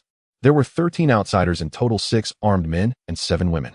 The jeep's arrival drew their attention, and they gathered toward it. Chu Xian and Qi Shengnan jumped out of the jeep and greeted the nearest person. Chu Xian introduced himself, claiming he and his girlfriend had gotten lost in the sandstorm. Spotting a building, they drove over to seek shelter and hoped for some food. After hearing his story, the outsiders made no attempt to introduce themselves. Instead, they leered unabashedly at Qi Shengnan's voluptuous figure like starving demons eyeing prey. Kid, hand over your vehicle and the woman, and we'll let you go. A burly man with a scar on his face declared directly to Chu Xian. I think we can cooperate and try to open this building's door together, Chu Xian replied. I said we only want your vehicle and the woman. You're useless to us, the scarred man said to Chu Xian. Just then a blonde youth behind him whistled at Qi Shengnan and shouted, brothers, this chick is way more exciting than those others. I call second dibs after the boss has his fun, ha. Chu Xian, why bother wasting words on these scumbags? Let's just wipe out this trash. Qi Shengnan had already seen through them. These six were nothing but thugs, the dregs of society. Negotiating with them was like playing the lute to a cow. Instructor Qi, you're too impatient. I haven't even found out if they have any food yet. Chu Xian said, feigning reproach. Simultaneously, he activated the speed of his grade climbing boots. His body shot toward the blonde youth, delivering a punch that sent him flying 3 meters back, plastering him against the arsenal building. From the moment Chu Xian spoke to the blonde being knocked away, less than a second had passed. This sudden change left the other 5 outsiders dumbfounded. His speed and power were beyond their comprehension. The scarred man quickly raised his gun at Chu Xian, but as he prepared to pull the trigger, a figure flashed before his eyes, blocking his view. The scarred man hesitated, and in that instant Qi Shengnan disarmingly snatched his gun, reversed the barrel, and pulled the trigger. Her movements were fluid and seamless, blowing his head off. Chu Xian witnessed Qi Shengnan's skill and silently applauded. After sending the blonde flying, he didn't stop. With a kick each, he sent 2 more men sprawling. Meanwhile, Qi Shengnan pulled the trigger, sending the remaining 2 to their graves. Then with 3 more shots, she finished off the 3 men Chu Xian had knocked down, ending their lives completely. You should have more faith in your man. Under my unmatched punches, they were surely dead on the spot. After unleashing a flurry of punches and kicks, Chu Xian felt a surge of exhilaration. Unconsciously, he uttered a teasing remark to Qi Shengnan, only to turn and find her gun aimed squarely at him. He promptly raised his hands in surrender. Qi Shengnan couldn't help but laugh at Chu Xian's reaction. Though a military veteran, this was her first time taking a life. After killing those thugs, her emotions were still hard to calm. Little did she know this unsteady feeling was the thrill of killing. With the thugs dead, what was to be done with the remaining 7 women? This became a dilemma for Chu Xian and Qi Shengnan. Taking them in would mean sharing their limited food supplies. Chu Xian looked at Qi Shengnan, but she turned her head away, refusing to comment. Please take us in. We were also poor souls bullied by those 6 bastards, they pleaded. We'll work like slaves to repay you.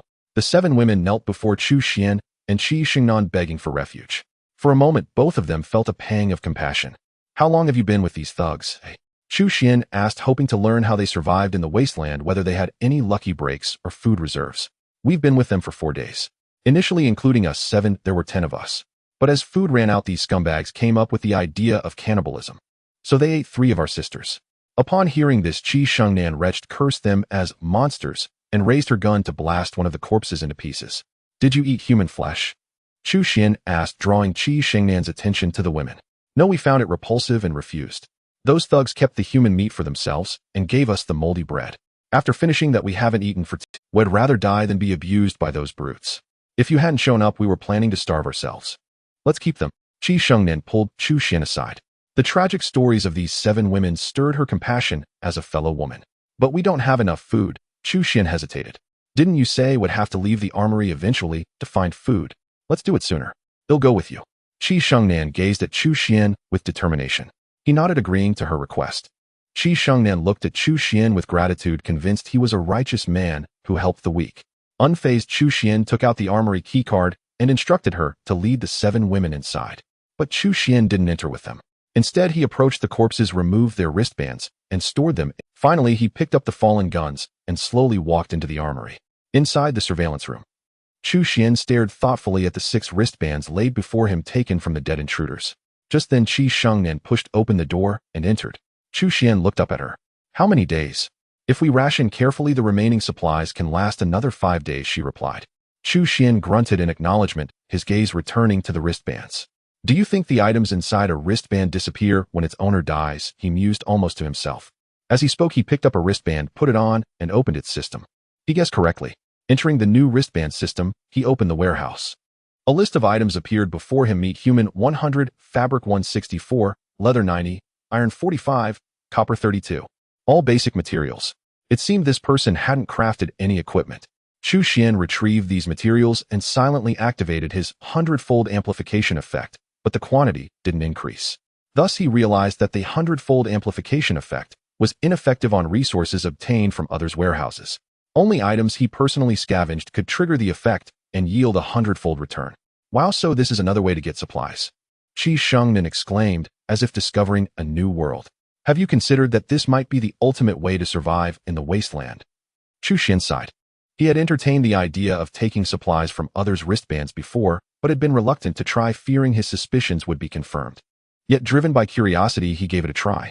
Reality validated his fears. Qi Shengnan was momentarily speechless. His words struck a deep chord within her. Though reluctant to admit it, she felt his conjecture was correct. Was robbing others the only way to survive in this wasteland? Chu Xian handed the remaining 5 wristbands to Qi Shengnan. The materials were too insignificant for him. The remaining food could sustain those in the armory for another 5. Chu Xian checked his own warehouse. He had enough food to support them for 50 days. However, he didn't intend to share his supplies. Teach a man to fish, and you feed him for a lifetime. Giving them the ability to find food was clearly better than handing it out directly. It was time to plan a departure from the armory to seek food outside. The outside world was harsh and Chu Xian opened the system and entered the social feature. He began browsing the world channel to gain a fuller understanding of the wasteland. A particular message caught his attention. Got a great air supply crate, obtained a map of Sector D11. Will trade for 100 units of bread and 100 units of water. The map of Sector D11 was exactly what he needed. A guide to explore the world beyond the armory, helping him avoid unnecessary dangers. Chu Xian sent a private message. 30 units of bread and 30 units of water for the D11 map. He firmly believed in the principle of asking a high price, bargaining down. No compromise. 30 units of bread and 30 units of water. The other party nearly jumped up. This was too harsh a bargain. Brother, can't you give a bit more? After all, it's a brank item. Chu Xian looked at the message sent by the other party and smiled. There's hope. Then he sent another message. No choice, times are tough for everyone. 100 units of bread and water for a map really isn't worth it. If brother thinks it's too little, then forget it. After sending it, Chu Xian waited for a while. The other party sent a message. Kid, you win. Then a map was sent over. As agreed, Chu Xian sent 30 units of bread and water to that brother. Qi Shengnan, who had come from the cafeteria, sat beside Chu Xian. Seeing his smug smile, she couldn't help but ask, why are you smiling so happily? Nothing, just sighing at how many good people there are in this world. Qi Shengnan looked puzzled. Tomorrow we're going to make a big score. Chu Xian said. Qi Shengnan asked, did you buy that D11 district map? She had seen the map earlier, but thought it was too expensive and didn't pay it any mind. Of course. Seeing Qi Shengnan's stunned expression, Chu Xian said, bought it for 30 units of bread and water. Qi Shengnan let out a soft chuckle, knowing that wasn't like Chu Xian at all. Where exactly are we going tomorrow? To the north of Villa District. A Villa District? This meant their current predicament would be completely resolved. But what if someone's already beaten us to it? Just the 2 of us, isn't that too few? No more people would just be a... Chu Xian had already considered this when he decided only Qi Shengnan would come. After all, those in the restaurant were used to holding pins and embroidery needles. Bringing them would only lead to needless casualties. If they wanted to survive in the apocalypse, they had to be tempered step by step. We set out before dawn tomorrow, get there early to scout the place. Chu Xian nodded and went back to sleep. Early the next morning, the sky was dim and the silver moon was setting in the west. Qi Shengnan and Chu Xian, fully armed, drove the Black Shark military jeep out of the motor pool. When they were still 500 meters from the motor pool, they got out and proceeded on foot. If someone was in the Villa District, alerting them would cause unnecessary trouble. The 2 hid in the shadows. The Villa District was eerily quiet. The dark houses stood like lifeless corpses. So this Villa District only has 3 villas. Chu Xian was speechless. Qi Shengnan scanned the 3 villas with a Type 95 military telescope. Anyone there? Chu Xian asked. Qi Shengnan nodded and said, it's too quiet. Some key sniper positions have broke. These positions can observe the entire Villa District. Didn't expect someone got here first, Chu Xian muttered. Should we go back and find another place? This defensive formation doesn't look like it was set up by an ordinary person. You mean the other side might also be a soldier? Highly likely. Chu Xian fell into thought. Since they were already here, leaving without doing anything seemed unjust. How many of them are there? At least 5. Chu Xian looked at the vast night. It was 4 a.m. with 2 hours until dawn. If I can find their firing points, can you take them out with 1 shot? 90% chance. That's enough. What are you going to do? Chu Xian smiled. Nothing ventured, nothing gained. They'll be right back. Chu Xian ran toward the Black Shark military jeep. On the map, besides this Villa District, there was also a bright area marked as Hyena territory. It seemed the original owner of the map had put a lot of effort into it. Chu Xian drove the jeep a long distance, following the map to a low hill. On the hill stood or lay a pack of hyenas. The hyenas saw Chu Xian in the jeep and immediately bared their cold fangs, letting out low growls. Chu Xian pulled out his pistol and shot one hyena in the head. The hyenas were startled and ran toward Chu Xian. He floored the accelerator, charged straight into the pack, grabbed a hyena from the ground, pulled it into the vehicle, and sped away. Soon after, Qi Shangnan received a text from Chu Xian. There's a dog in the driver's seat. Watch for the enemy's firing points. After the message came, a jeep appeared on the horizon, racing at top speed with its high beams on, heading straight for the villa district opposite. The loud roar of the engine shattered the night's silence, waking the people in the villa. Through her sniper scope, Qi Shangnan immediately spotted 3 reflections. Then a gunshot rang out. The front of the jeep was pierced, hitting the dark figure in the driver's seat in the head. At the same time, the sniper in the opposite villa fell with a shot. The person next to him felt a warm drop on his cheek. As he lowered his telescope, he saw the bloody hole in his companion's forehead. In an instant, fear surged through him. But the next second, a bullet ended his brief terror. The jeep charged into the villa district like a lion, its speed quickly dropping until it crashed into the villa wall. But the Black Shark military jeep proved its toughness. Apart from the external damage, the interior was largely intact. Just moments earlier, a dark figure had jumped out of the jeep, silently infiltrating one of the villas.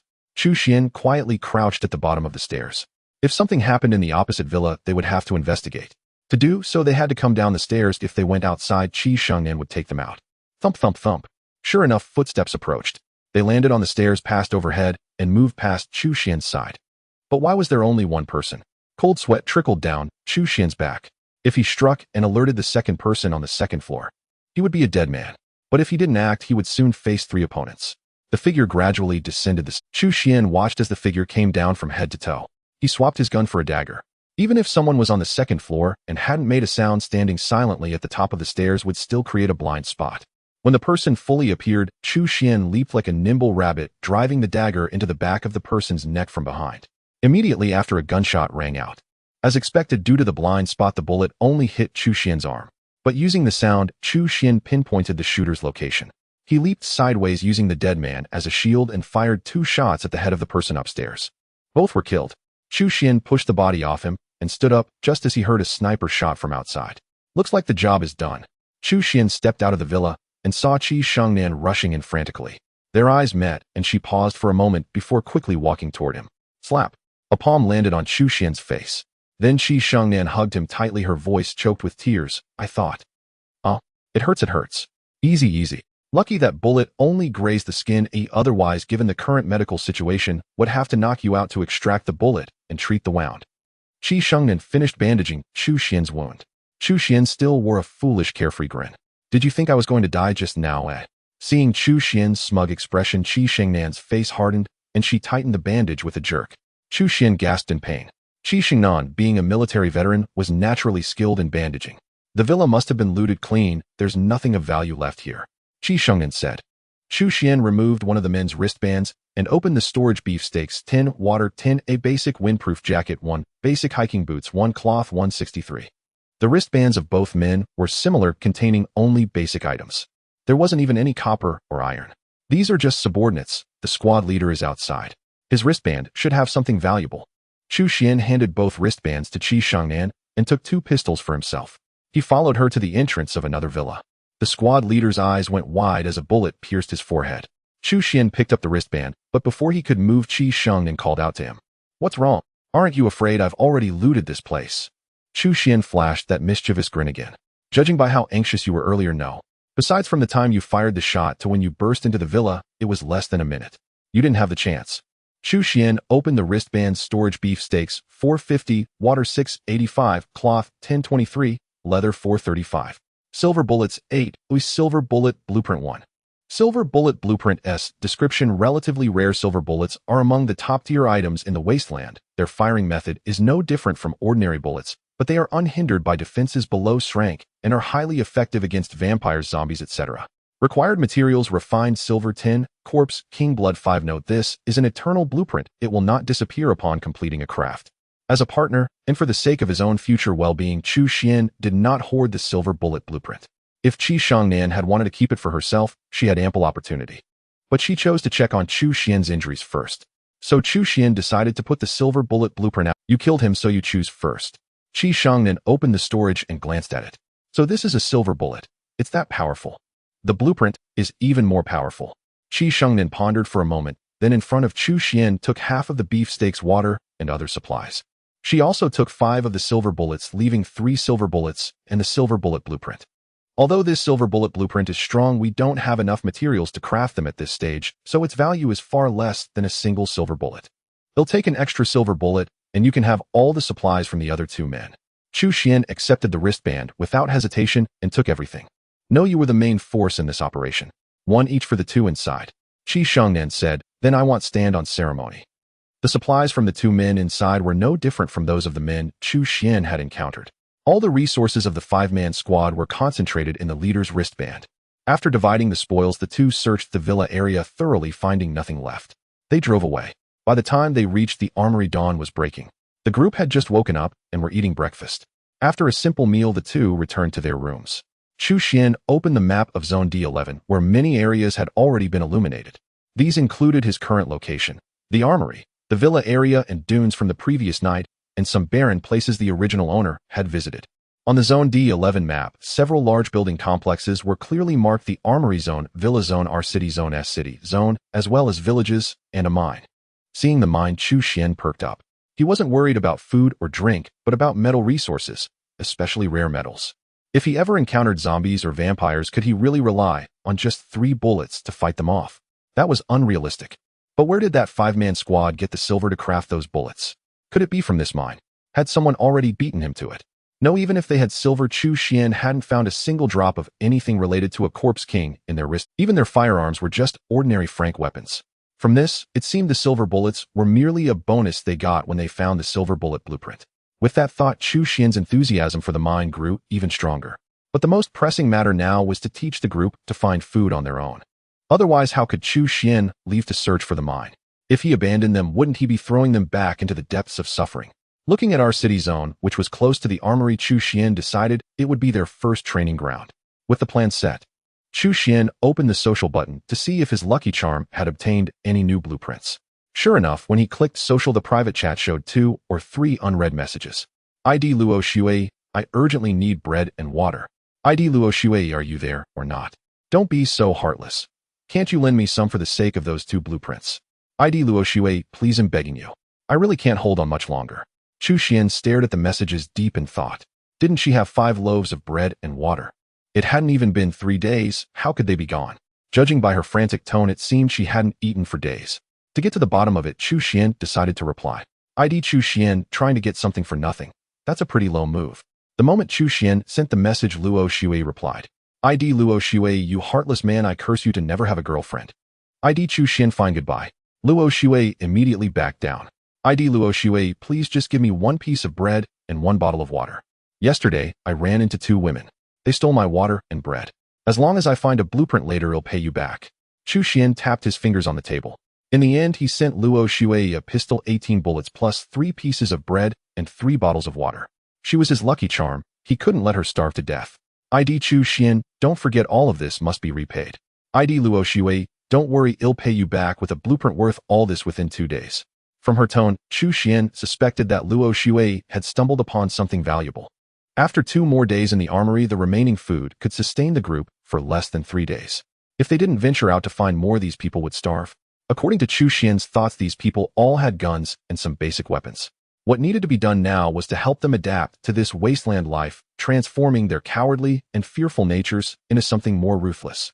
I've been thinking all night, and I plan to leave the armory tomorrow, leading everyone into the nearest district. There we'll find the basic supplies everyone needs.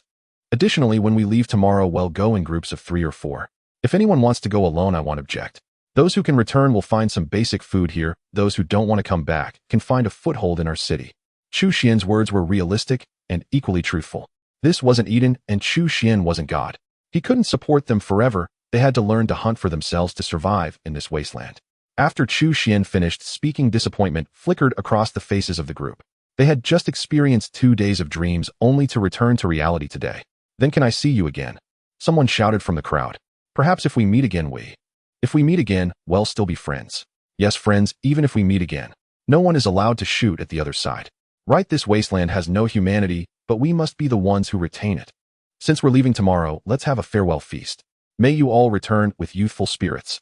In the night, scorching liquor burned down throats. Some wept, others laughed. In various subtle ways they expressed the resentment in their hearts. Perhaps they had known from the start that this day would come, but they were unwilling to believe it. Chu Xian looked at Qi Xingnan, who was lying on the table nearby, and staggered over, taking off his jacket. Just as he was about to cover her, a sharp knife was pressed against the root. In this wasteland, only the strong survive. Parasites can only be eliminated by this wasteland world. After several rounds of drinks, everyone's consciousness grew hazy, and they slumped haphazardly across the tables. Chu Xian looked at Qi Xingnan, who was lying on the table nearby, and staggered over, taking off his jacket. Just as he was about to cover her, a sharp knife was pressed against the root of his right thigh, sending a chill through his crotch. Chu Xian tossed the jacket onto Qi Xingnan. Just worried you'd catch cold, so I'm covering you. You're like a dog that bites, LV Dongbin. Can't recognize a good heart, huh? TCH. Qi Xingnan pressed the knife upward. Then what's this? It's a normal reaction. The alcohol numbed my nerves, and I can't control it. Qi Xingnan withdrew the knife, her face reddening, as she sat up straight. Chu Xian also plopped down beside her. Come with me. Okay. Follow me from now on. A flicker of panic crossed Qi Xingnan's eyes as she watched Chu Xian lean back against the table, his heart inexplicably racing. Chu Xian's words were somewhat ambiguous. The speaker meant no harm, but the listener took it to heart. From now on, we split the supplies equally, so neither of us loses out. It's rare to find a close friend in this wasteland, and even rarer to find such a beautiful and capable girlfriend. We can go together, but we need to establish the hierarchy. What's this hierarchy nonsense? Who will be the backbone of this team? Chu Xian immediately sat up straight, declaring solemnly, of course it's me. When a man is around, how can a woman rule the world? Though you have good physical fitness, you're still an ordinary person. When it comes to judging situations, I think I'd be a better leader.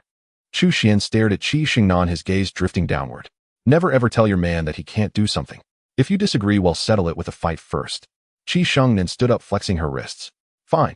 The two found an open space in the warehouse and stood facing each other. They fought purely hand-to-hand without any weapons. Although Chu Xian had a set of great equipment, he had clearly underestimated Qi Xingnan.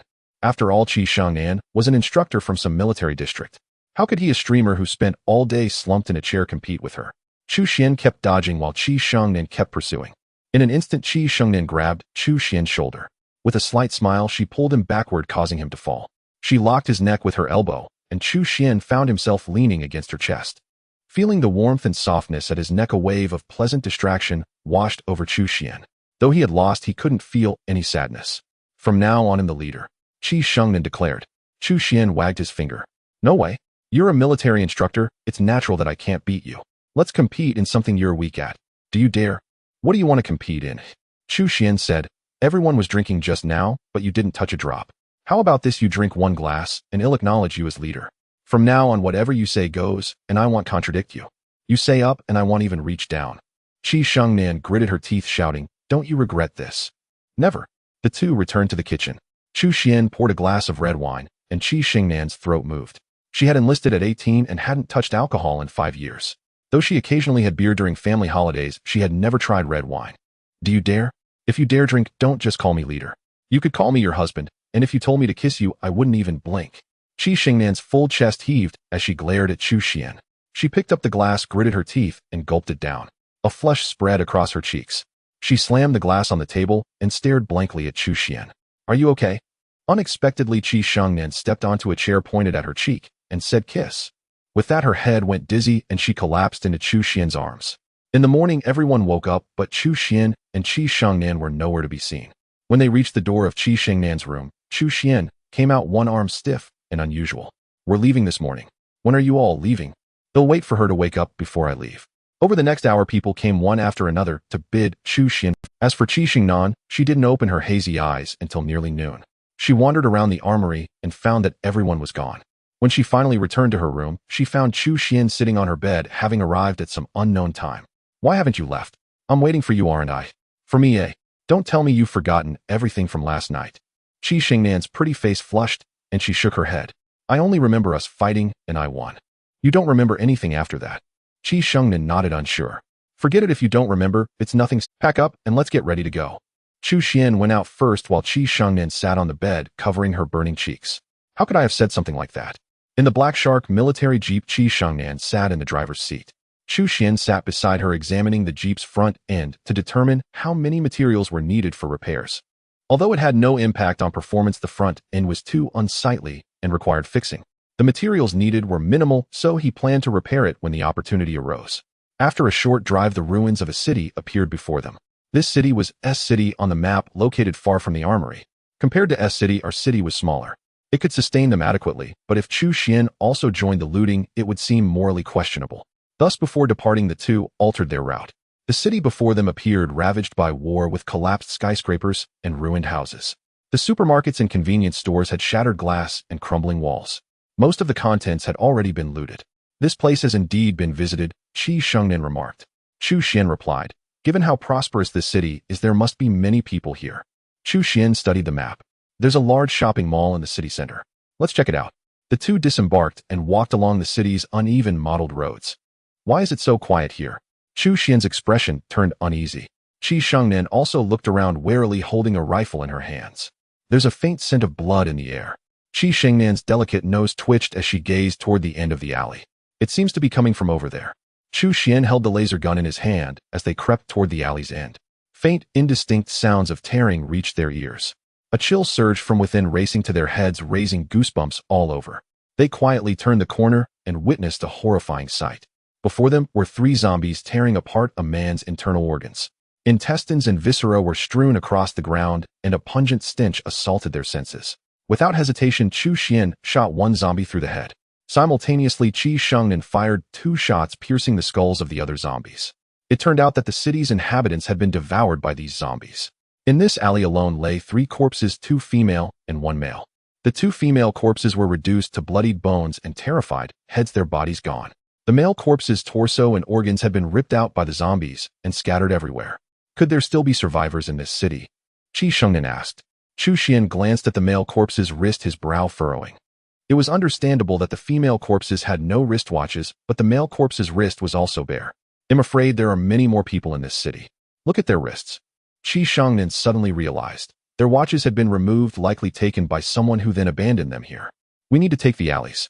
Walking on the main street will surely make us targets. Chu Xian stared at the alley's end. I'm afraid we can't leave just yet. From the street at the alley's end came a chorus of roars. Both their faces paled. Run, Chu Xian urged. The space was too narrow for the Black Shark military jeep. They darted through the alleys, pursued by an ever-growing horde of zombies. Chu Xian and Qi Shengnan dashed into a small courtyard and climbed onto the roof. Get on my back, he'll carry you, Chu Xian said. What? If you don't come now, those zombies will break in. The door was being battered, more fiercely threatening to give way at any moment. Seeing Qi Shengnan still hesitating, Chu Xian swept her up in a princess carry. What? What are you doing? Saving your life. Chu Xian leaped, clearing a street over 3. Like a monkey, he landed on the opposite roof. With a few nimble moves, he shook off the pursuing zombies. Once safe, Chu Xian carried Qi Shengnan into an apartment building. Are we safe? Yes. Then why aren't you letting go? Chu Xian set her down. Carrying you, I got used to it. I didn't expect that someone as stunning as you could be so surprised. Qi Shengnan glared at him with feigned anger. Next time, report the situation before acting.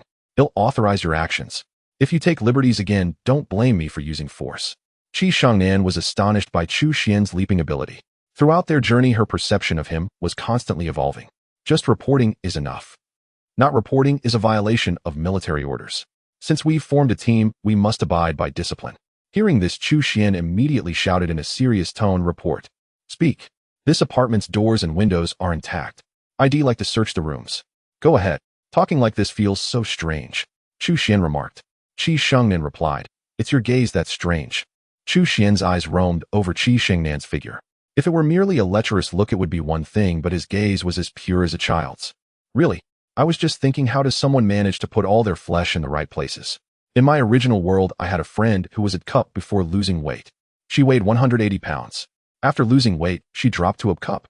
She kept crying to me, asking what was wrong. I said I could check by touching, but she called me a pervert. So ma'am, do you have any secret? Qi Shengnan replied. How about you touch and see? All right. They'll let you discuss it with her next time you meet. Chu Xian started to step forward, but noticing the gleaming knife in Qi Shengnan's hand, suddenly recalled last night, felt a chill in his groin, and stepped back. Hurry up and gather supplies. You search the lower 3 floors, they'll take the top 2. No, Qi Shengnan refused outright. What? You think it's too little? No, you're giving me too much. As the captain, I order you to search the top 3 floors, and he'll take the lower 2. Chu Xian didn't move, immediately looking at Qi Shengnan seriously. I saved you just now, so I'm giving you the top 3 floors. If you find any precious metals, give them to me. The rest is yours." With that, Chu Xian turned and disappeared at the end of the stairs. Qi Shengnan watched him, her face a mix of complex emotions. In this wasteland, developing feelings was a taboo. Yet, just now her heart felt like it was about to burst. Chu Xian, less perceptive than Qi Shengnan, had already forgotten his earlier actions. Now his focus was on finding more rare materials. Chu Xian ran up to the 4th floor, searching room by room. In these rooms, cloth was the most abundant resource. With his 100-fold amplification system, when Chu Xian emerged from the 4th floor, he had gained a vast stockpile of bread, water, copper, and advanced circuit boards. As he was about to head to the 3rd floor, he heard the sound of a heavy object hitting the ground above. Could there be zombies up there too? Chu Xian stealthily approached the 4th floor window and climbed up along the rainwater pipe. Upon reaching the 5th floor window, he clung to the sill and cautiously peered inside. The room was silent and empty.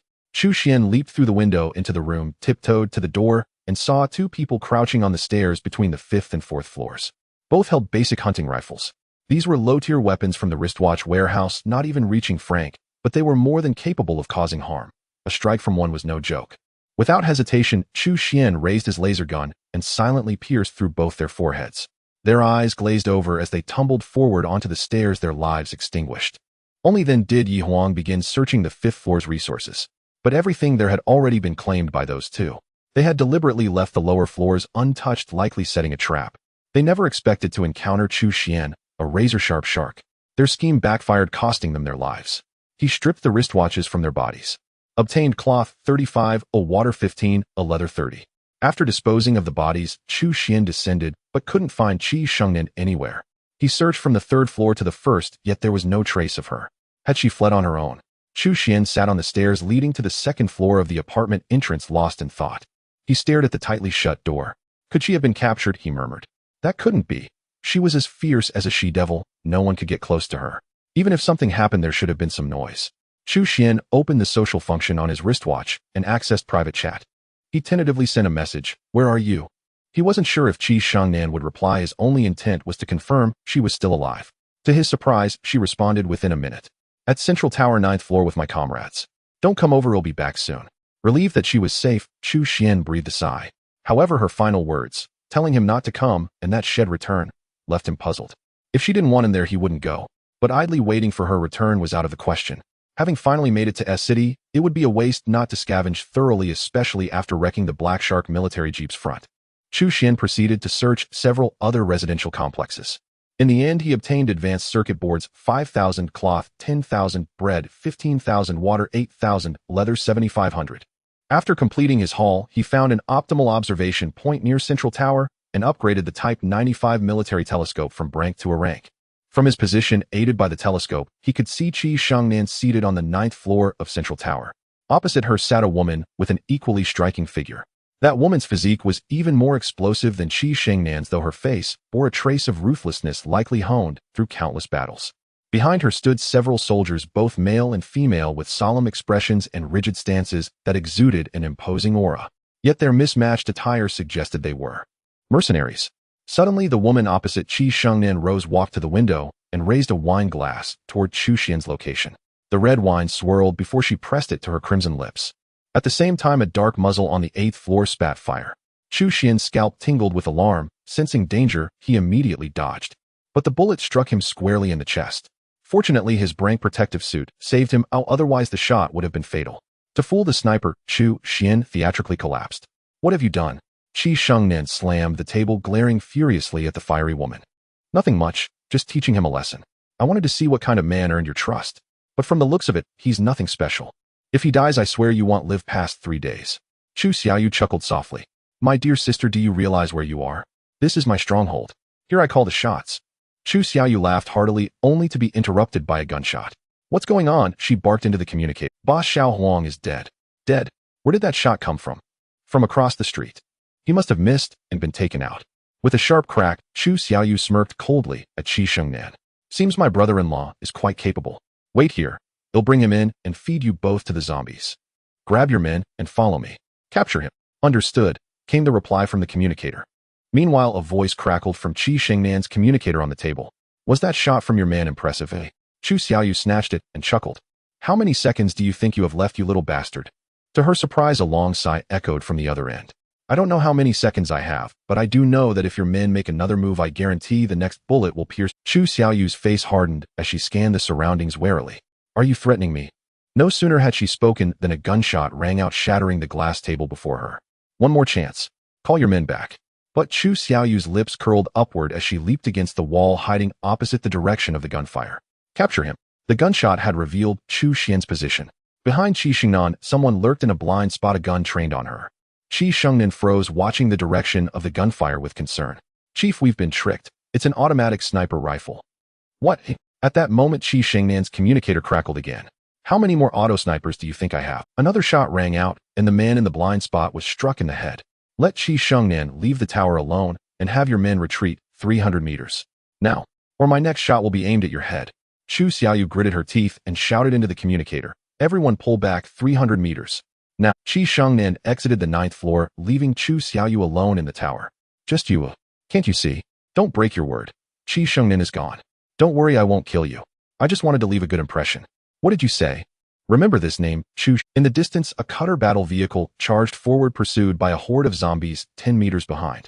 The cutter's door opened, and Chu Xian tossed a corpse inside the building.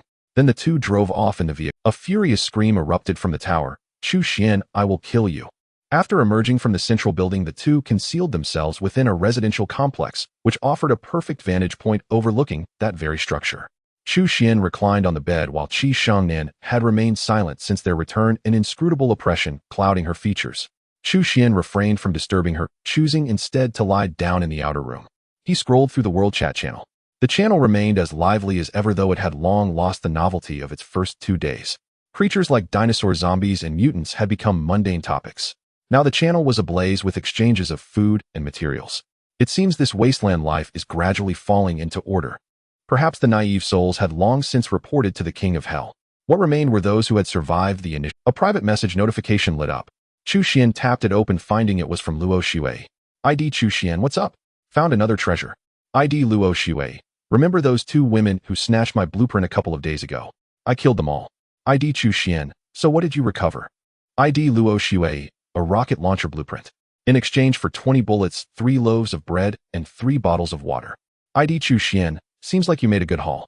In the construction system of this wristwatch, the only thermal weapon one could craft was a hunting rifle. Other firearms or ammunition could only be obtained through blueprints or airdrops. Bullet blueprints were consumables. A single blueprint generally allowed the crafting of 300 rounds. The same applied to the silver bullets. Thus, in this wasteland, firearms were also a luxury item. For Chu Xian, however, the ammunition and guns scavenged from the armory were enough for 8 lifetimes. He sent over the supplies and received the rocket launcher and rocket blueprints in return. Chiba Rocket Launcher Grade A description: this rocket launcher is used in conjunction with Chiba rockets suitable for large-scale combat. Required materials: titanium 10, iron 20, leather 10. Chiba Rocket Grade A description: a weapon of mass destruction. This blueprint allows the construction of 20 rockets. Required materials: gunpowder 10, copper 10, iron 10.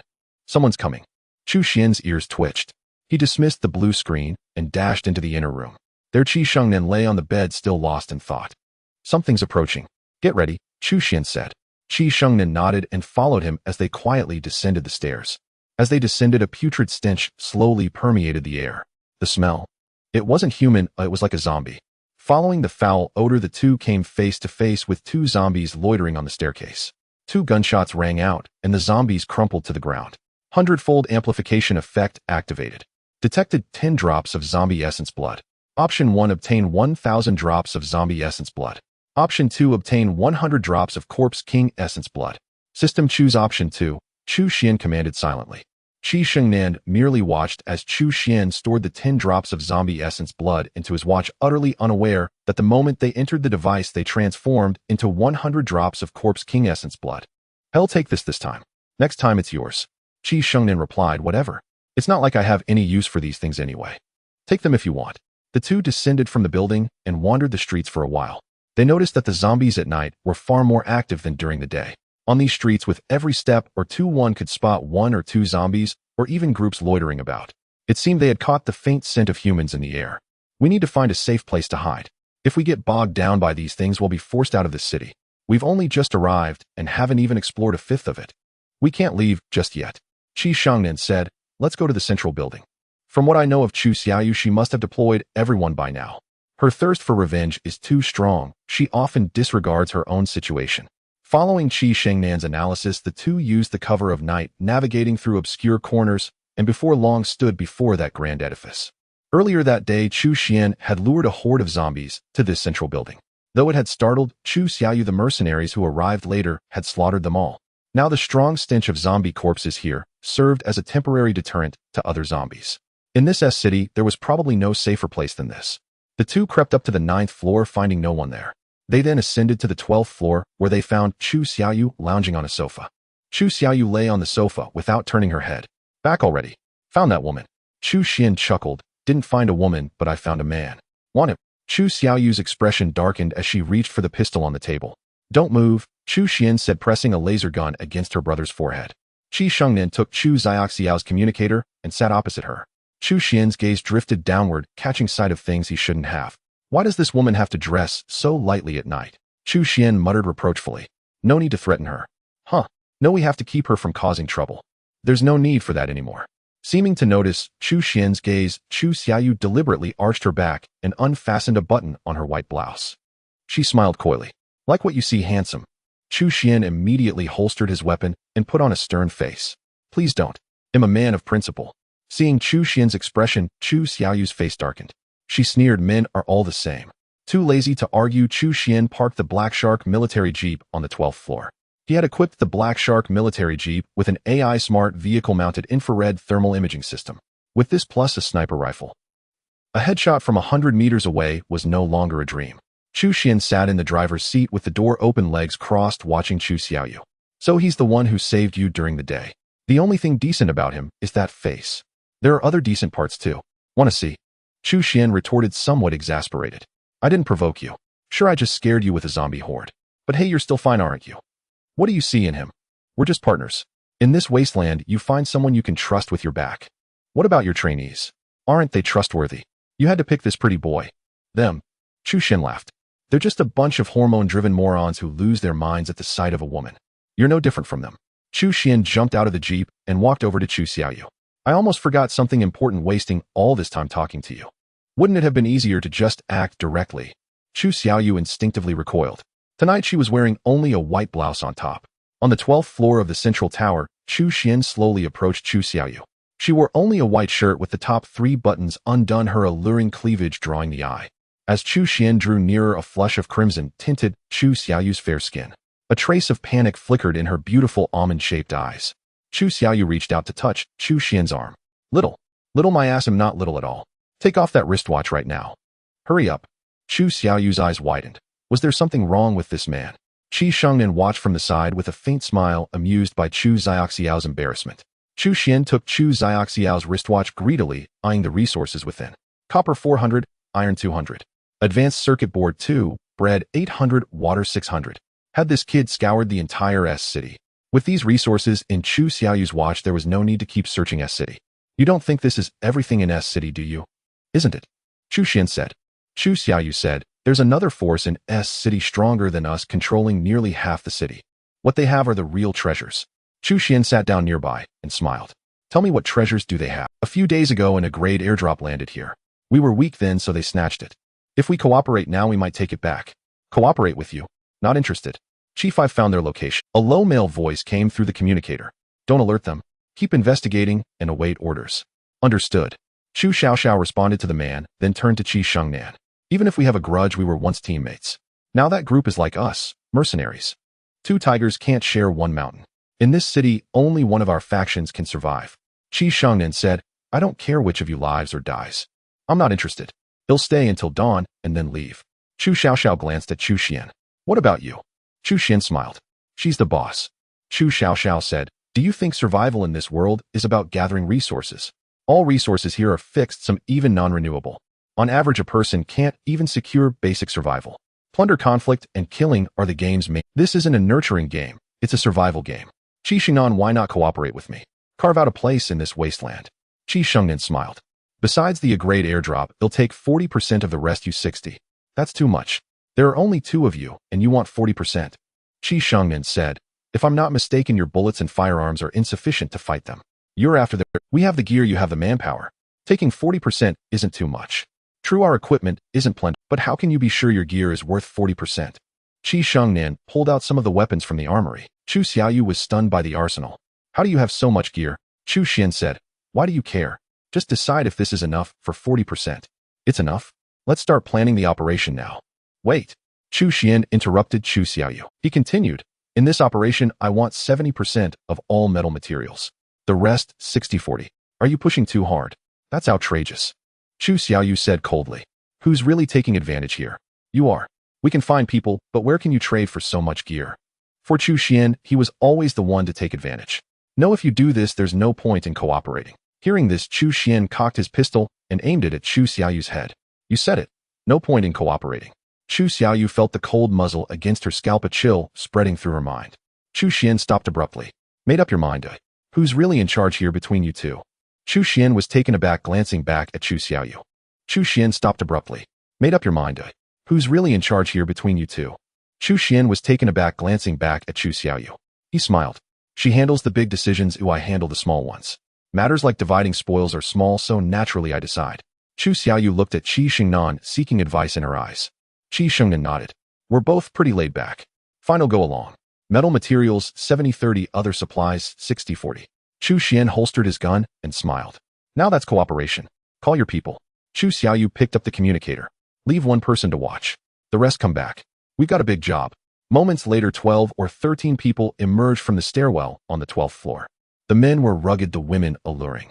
Their faces bore a fierce aura, the mark of those tempered by. These were special forces veterans from battlefields around the world. When they saw Qi Shengnan on the sofa, they understood something. Then, noticing the pale-skinned Chu Xian beside her, they immediately drew their weapons. Pointing at Chu Xian, one said coldly, "You're the one who killed Ah Huang. Not me. But if you want to talk about it, she didn't have to pull the trigger, and she wouldn't have died. She brought it on herself. Those who think they're clever have no right to live. You son of a bitch, will kill you. Put down your guns." Chu Xiaoyu stood abruptly, shouting at the man. But he killed Xiao Huang. Lung Yun. Ah Huang is dead, and we're all grieving. But war always brings casualties. If you're afraid of death, get out of my squad. Chu Xiaoyu's harsh rebuke made the man named Lung Yun grip his pistol tightly before lowering it. And the rest of you, from today on, the matter of Ah Huang is closed. Anyone who brings it up again will be disobeying orders. Disobey orders and you die. This group was clearly far stronger than the muscle-bound fools Qi Shengnan had led before. No lust-driven idiots, and at least no one showing signs of rebellion. Chu Xiaoyu's words carried immense weight. To them, she was both mentor and friend. Grab your best weapons. Tonight we're raiding those puppet soldiers' den. So we're cooperating with them. Yes, all these guns are from them. After we secure the supplies, everything gets handed over. Split 60-40. The group glared at Chu Xian, but said nothing, silently accepting Chu Xiaoyu's decision. All right, then let's start planning the operation. One of you two must come in with us, Chu Xiaoyu said. Chu Xian proposed. I'll go. No, I will. Qi Shengnan interrupted Chu Xian, continuing. I'm more skilled than you. Chu Xian shook his head. My marksmanship isn't as good as yours. Stay outside and protect me. You're inside, I'm outside. What use is my good marksmanship? Chu Xian said them. They can't kill me. Don't worry, this is trivial. As agreed earlier, I decide on the small matters. Was a matter of life and death trivial? Wasn't it? It was. When a person dies, they die. What else can be done? Qi Shengnan wanted to argue, but Chu Xian put his arm around her shoulders and pulled her back. They stopped before the Black Shark military jeep. Just as he was about to speak, he turned and said to Chu Xiaoyu, "You and all of you go downstairs. We have some private matters to attend to." "What matters can't we witness?" Chu Xiaoyu teased. "What can a man and a woman do? All of you." Chu Xiaoyu waved her hand and closed the door behind her as she left. Qi Shengnan blushed, her head lowered. Chu Xian was puzzled. Why are you blushing? Could it be that my Black Shark military jeep is this impressive? Look, this vehicle is equipped with an AI-powered vehicle-mounted infrared thermal imager. With this you can protect me from outside. Then perhaps we can retrieve everything. When you see me run, you drive out. We'll meet outside the city. You must come out. If you don't, I will go in to save you. Don't worry, I will definitely come out. Half an hour later, the two came downstairs. The group below had grown impatient. Seeing Chu Xian descend, Chu Xiaoyu smiled. A weak-willed pretty boy. Half an hour. You're a bit frail, aren't you? Need me to teach you a thing or two? When the job is done, I'll give you that chance. Everyone packed their gear. As he left, Chu Xian left Qi Shengnan a smile. As agreed, Chu Xian followed the team deep into enemy territory. Chu Xiaoyu also joined the group, leaving 3 to 5 people outside for support. After Chu Xian and the others left, Qi Shengnan departed alone, found an optimal sniping spot, and parked the Black Shark military jeep Chu Xian had left in a building. Through the AI-powered vehicle-mounted infrared thermal imager in the Black Shark military jeep, Qi Shengnan saw 15 people scattered across the 6-story building. On the first and second floors, there were 6 people, all first-line defense. On the third and fourth floors, 7 people. On the fourth to sixth floors, 3 people. Qi Shengnan sent the position information to Chu Xian. Chu Xian followed at the back of the team, with Chu Xiaoyu not far ahead. Taking advantage of their inattention, Chu Xian opened his light screen, glanced at the message, and instantly closed it, only to be caught red-handed by Chu Xiaoyu. What are you looking at? Shenan has arrived, she sent a confirmation message. Then why close it so fast? Is there something we shouldn't know? What could I hide from you? She said you have a terrible temper, your farts are too loud, and you grind your teeth at night. She told me to be careful around you. Chu Xiaoyu didn't believe a word of Chu Xian's nonsense. She smiled. She still loves to joke. Back when we used to sleep together. She never laughed. But with you she seems much more relaxed. Chu Xian's foot slipped, and he nearly fell. Yes, it's exactly what you're thinking. Chu Xiaoyu laughed heartily, her charm dazzling Chu Xian. This girl was full of spirit. As they spoke, the group entered an alley. Around the corner, the residential building stood directly ahead. The people who could rival Chu Xiaoyu's team were hiding inside. 6 guards on the stairs between the first and second floors. Take them out, then climb up via the balcony on the second floor. Launch a pincer attack on the third and fourth floors, then storm the fifth and sixth. Understood. Understood. Move out. Chu Xiaoyu glanced back at the young man, always standing at the rear. What are you looking at me for? If I go up, won't I be walking to my death? When you killed me, you weren't this timid. Back then, weren't you wearing only one piece of clothing? I'm generally not afraid of that kind of scenery. Chu Xiaoyu chuckled softly and said no more, treating him as nothing more than a child relying on Qi Shengnan. Chu Xian didn't mind her. In fact, he was somewhat pleased. True masters always lurk in the shadows. Those who forever shout from the mountaintop boasting of their prowess are nothing but worthless dogs. The group acted swiftly, bolstered by Qi Shengnan's fire support. These ragtag soldiers were clearly no match for those who had tasted blood on the blade. In under a minute, the 6 people on the top were all eliminated.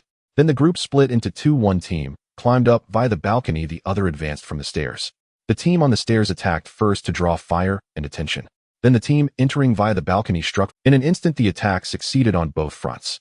All 7 people were dead. The group pressed upward again. Throughout these 2 assaults, Chu Xian hung back, not touching anyone's wristwatch. But from their expressions, the contents of those wristwatches were far from satisfactory. Not a single smile ever crossed their faces. At the corner of the 5th floor, Chu Xian lagged behind. He whispered into the communicator, after the 5th floor is cleared, take out the perimeter. Understood. Then Chu Xian caught up, still staying at the back. Grenades and smoke bombs created a smokescreen. A sniper rifle from the perimeter took out one.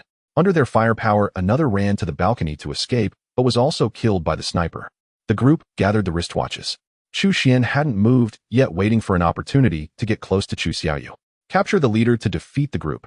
Seize Chu Xiaoyu, grab the watch, and run. Alright, everything is here. As per the agreement, we split it 60-40. Chu Xiaoyu emphasized, looking at Chu Xiaoyu changed her mind at the critical moment, pressuring Chu Xian. Chu Xian sneered. He was now less than a meter away from her. One more step, and everything would be his. Isn't this going too far? Chu Xian said. Changing your mind at the last moment, killing the donkey once it's done its work. That's not fair. Little brother, this is the wasteland, not paradise. Who follows rules here? How about you give up your 40% too, and let me have it all? Chu Xian's face turned cold. Are you sure you want to do this? He had already picked up the communicator. Shall I give you a gift? As Chu Xian finished speaking, a single shot shattered the communicator in his hand. Then the dark muzzle of a gun pressed against Chu Xiaoyu's head. As you said, this is hell, not paradise. Rules don't apply here. The man behind Chu Xiaoyu suddenly turned his weapon against his own allies, and soon others raised their guns, aiming at their comrades. The human faction, once as solid as iron, instantly shattered. This caught Chu Xian by surprise. He had thought that everyone around this young lady was genuine and loyal, yet it turned out some possessed their own independent will. As for who this man was, it was the very person from the central building who had wanted to kill Chu Xian after Huang's death. From that perspective, his desire to kill Chu Xian was understandable. After all, you killed his companion, so wanting revenge was natural. But what was utterly abnormal and infuriating was that this scoundrel used that incident as a pretext for rebellion, dressing it up in such high-sounding terms. Clearly a bandit at heart, yet he went to great lengths to crown himself with the banner of righteous justice. Truly you are revolting. Chu Xian remained silent, his hands raised. He was now the most dangerous target. If this reckless fellow suddenly shot him on a whim, where would Chu Xian even seek justice? Earlier, due to the distance and the protection of his grade B windbreaker, the sniper bullet had not pierced his heart. But now this man stood far too close. A single shot to the head would be effortless. Lung Yun, what are you doing? Let her go. This man named Lung Yun had his arm around Chu Xiaoyu's neck. The dark muzzle of the gun pressed against Chu Xiaoyu's temple. Ah Huang is dead, my Ah Huang is dead. Yet she didn't say a single word, siding with this murderer for the sake of equipment. Tell me, what should I do? Can I stay calm? Lung Yun, stop using Xiao Huang as an excuse. You're just, Lung Yun roared, pressing the gun barrel harder. Chu Xiaoyu fell silent, her cold gaze fixed on Chu Xian. Chu Xian blinked, meaning, why are you looking at me? Chu Xiaoyu widened her eyes as if questioning him. Chu Xian looked utterly bewildered. How can I save you? You're dreaming, I can barely save myself. Yinshi He Gu Wang Yuan. If the three of you are willing to follow me, we can still be friends. If not, now put down your guns and walk out the door. I, Lung Yun, guarantee your safety. Lung Yun addressed the three men and women he had threatened. The three exchanged glances, nodded to each other, and all lowered their weapons. Without looking back, they walked away. Just like that. Abandoning your leader. Chu Xian looked at Chu Xiaoyu, signaling. What kind of leader are you? Your followers have lost all faith, and you're still grinning like a fool. Bang, bang, bang. As they reached the door, 3 gunshots rang out behind them. The 3 crumpled to the floor, lying in pools of blood. Good, the trash has been cleaned up. Now let's get down to business. The supplies and resources I promised will be given to you shortly. All of you get out now. I have some matters to discuss with our leader. As he spoke, a lecherous gleam appeared in Lung Yun's eyes, roving over Chu Xiaoyu's body, his intentions. The group began to lead Chu Xian away. Wait a moment, Chu Xian suddenly said. One of the men aimed his gun at Chu Xian's head. Easy, easy, Chu Xian said quickly. I have something that might buy my life. Lung Yun raised an eyebrow with interest. What could be worth your life? Chu Xian glanced around at the people nearby. This item is of great importance but shouldn't be seen by too many. I think you should trust me. My luck is beyond your imagination. Just like the equipment you're holding now, that's merely the tip of the iceberg for me. Lung Yun looked at his men and gestured for them to leave. Chu Xian had counted on this man's arrogance. After all, why should he fear a defenseless brat and a stunningly beautiful woman? Besides, he had a gun. Once the others left, Chu Xian pulled out the silver bullet. Have you seen this? This can kill a corpse king. It can kill even stronger zombies and undead. So is this enough to spare my life? If I kill you, all of this is mine. Lung Yun said coldly. Chu Xian smiled. Do you think I have many of these bullets on me? My wife has them. I only have this one. Moreover, she also has the blueprint for making silver bullets. So interested? Spare me, and we can cooperate. Of course, if you kill me, shall leave immediately. That's the rule of the Wasteland. Besides, I bear a grudge against that woman too. The enemy of my enemy is my friend, right? Lung Yun seemed swayed. And your sincerity? How can I trust you based on words alone? Chu Xian replied, easy. She's outside as a sniper right now. They'll have her come in immediately. At the words come in, Lung Yun's eyes lit up. Fine, let her come in. Chu Xian picked up the prepared communicator. Hey honey, the boss wants you to come in. What do you mean? Came the cold reply. Are you itching for trouble, you little wench? I'm telling you to come meet the new boss. Chu Xiaoyu is no longer the leader. I'm telling you to come see the new boss, understand? Hurry up, or your husband will die. Find a way in. He ended the call and said, see that? I've got absolute authority at home. Outside, Qi Shengnan stared at the 3 figures on the thermal imaging screen. She recalled Chu Xian's words, come in, the boss has changed. Suddenly she understood. Scanning the surroundings, she found another perfect position to observe the 3 inside. Qi Shengnan stowed the Black Shark military jeep and swiftly repositioned herself. Reaching the designated spot, she looked through the sniper scope at the 6th floor. Chu Xiaoyu had a gun to her head, while Chu Xian stood nearby. Qi Shengnan picked up the communicator and replied, coming in. Hearing this, Chu Xian beamed. Boss, she's coming in, see. He pointed toward the door, and a gunshot rang out, dropping Lung Yun instantly. A bullet pierced Lung Yun's skull, warm brain matter splattering across Chu Xiaoyu's face. She grabbed her pistol and fired wildly at Lung Yun's head until it was reduced to pulp. Then she emptied her magazine into his crotch. Chu Xian couldn't help but feel a chill. After she finished, Chu Xian retrieved the wristband from Lung Yun's pocket, looked at it, and was dumbfounded. Bread 10, water 10. What the hell? What the hell? You call yourself a leader with such pathetic supplies? Who would follow you? Chu Xiaoyu snorted. He was the leader, but everything in his wristband is there. She tossed the wristband to titanium 100, iron 200, copper 400, bread 900. Jackpot. Chu Xian stared at the contents of the wristband. Suddenly, he looked at Chu Xiaoyu. Is this a thank you gift? Chu Xian found it hard to accept this sudden goodwill. Just moments ago, they were locked in a deadly struggle, and now the other party wanted to join him. Chu Xian picked up the wristband, but didn't take its contents. He needed to confirm something crucial. Are you sure you want to come with me? Who said I want to go with you? I'm going with Qi Shengnan. It's the same. The same? Have you and Qi Shengnan really reached that stage? Well, it's only a matter of time. Qi Shengnan sighed. With you here, you've destroyed the team I painstakingly built. Now you expect me to survive alone in this ruined city. How is that possible? He took 2 steps closer, and the mechanical voice sounded again. Hundredfold amplification effect active. These people had rebellious intentions long ago. Even if I hadn't come, your fate would have been worse than this. You should thank me for arriving in time to rescue you from unknown danger. Chu Xiaoyu chuckled. Even so, everything seems so pale in the face of human nature. Don't you want these things? Take them. We need to find Shengnan. We haven't seen each other for over 2 years, and meeting again under such circumstances. I wonder if she hates me. Yes, she must hate you now. Maybe you should run away now and not get involved. Unexpectedly, Chu Xiaoyu gave a sly, wicked smile. If you tell me not to go, I'll go anyway. As long as I apologize, Shengnan will forgive me. I know her temper well. The 2 went downstairs. The 4 or 5 people saw Chu Xiaoyu descending, their faces darkened. Just as they raised their guns, they saw her holding a bundle of explosives. In an instant, they froze. Lung Yun is dead. There's a sniper outside, and all your men outside are gone. In other words, since just now your heads have been targeted. The only reason I haven't killed you is out of our past bond. Now we can still be friends. In this wristband, there's bread, meat, and water. He'll share it with you, and we part ways here. The 3 men put down their guns. Chu Xiaoyu evenly distributed the food and water from the wristband to the 3 men, then delivered a heartfelt speech about brotherhood. Chu Xian was impressed by her tactics. A carrot and a stick, using unnecessary items to win people over. When they finally left, their faces even bore reluctant smiles. Chu Xian shuddered. Chu Xiaoyu was a demon, a bloodless killer. When did you know your 3 snipers outside? From the moment you entered. Did you hear our conversation? Chu Xiaoyu smiled. Think about it.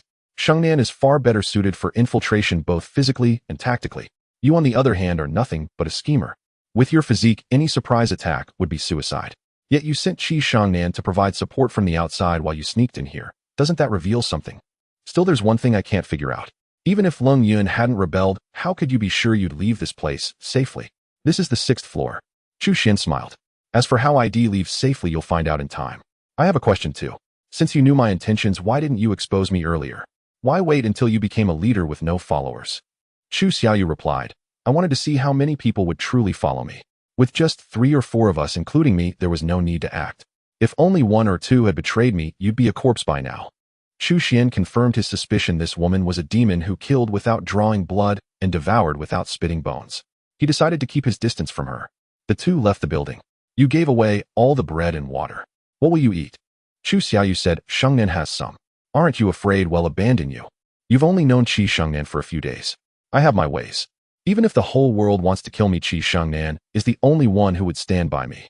Chu Xian realized that their bond was far deeper than mere teammates. Could it really be as she said? No way, I was thinking. Forget it. Chu Xian felt a pang of melancholy. The 3 met on the street, and Qi Shengnan's gaze flickered between them. Are you okay? It was unclear who she was asking. Before Chu Xian could answer, Chu Xiaoyu threw herself into Qi Shengnan's arms. It hurt so much. He pressed the gun against my head and jabbed me hard. Was that a whine? Qi Shengnan remained still, staring at the wall. Chu Xiaoyu pulled back, tears glistening in her eyes. Are you still angry with me? No. We serve different masters. I don't blame you. Then why won't you talk to me? Why are you always so cold? I never meant to hurt you. I just hate that you didn't come to me for so long. I went back to your place several times recently, but you avoided me every time. Meeting would only cause trouble. What's the point? Qi Shengnan remained icy. And now, order is gone, rules are broken. There's no nation or law anymore. The only barrier between us is gone. Can we make up? Chu Xiaoyu now seemed like a little girl, nothing like the ruthless demoness from before. If she had been a sly fox earlier, now she was as innocent as a fool. But Qi Shengnan didn't respond directly. Are all your people dead? Yes. Lung Yun incited them to kill me. What will you do now? I want to stay with you. I can't survive alone in this chaotic world. If I team up with others, their intentions aren't pure. You know how beautiful and innocent the first am. I'm so scared. Innocent, my ass.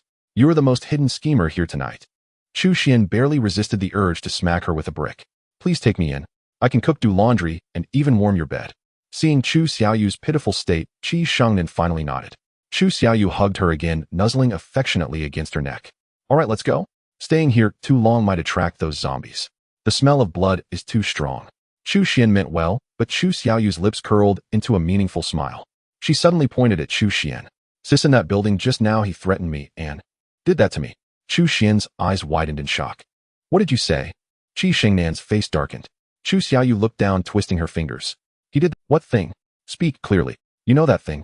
Do I have to spell it out? If you don't, it'll cause misunderstandings. The sun grazed the horizon, leaving behind a flush of crimson that seeped into the clouds, nurturing the vast multitude of beings. Can you not talk properly? It's just a piece of bread, and you have to eat the one she bit. You're a pervert, you know that. Chu Xian said angrily. Pervert? Are you talking about me?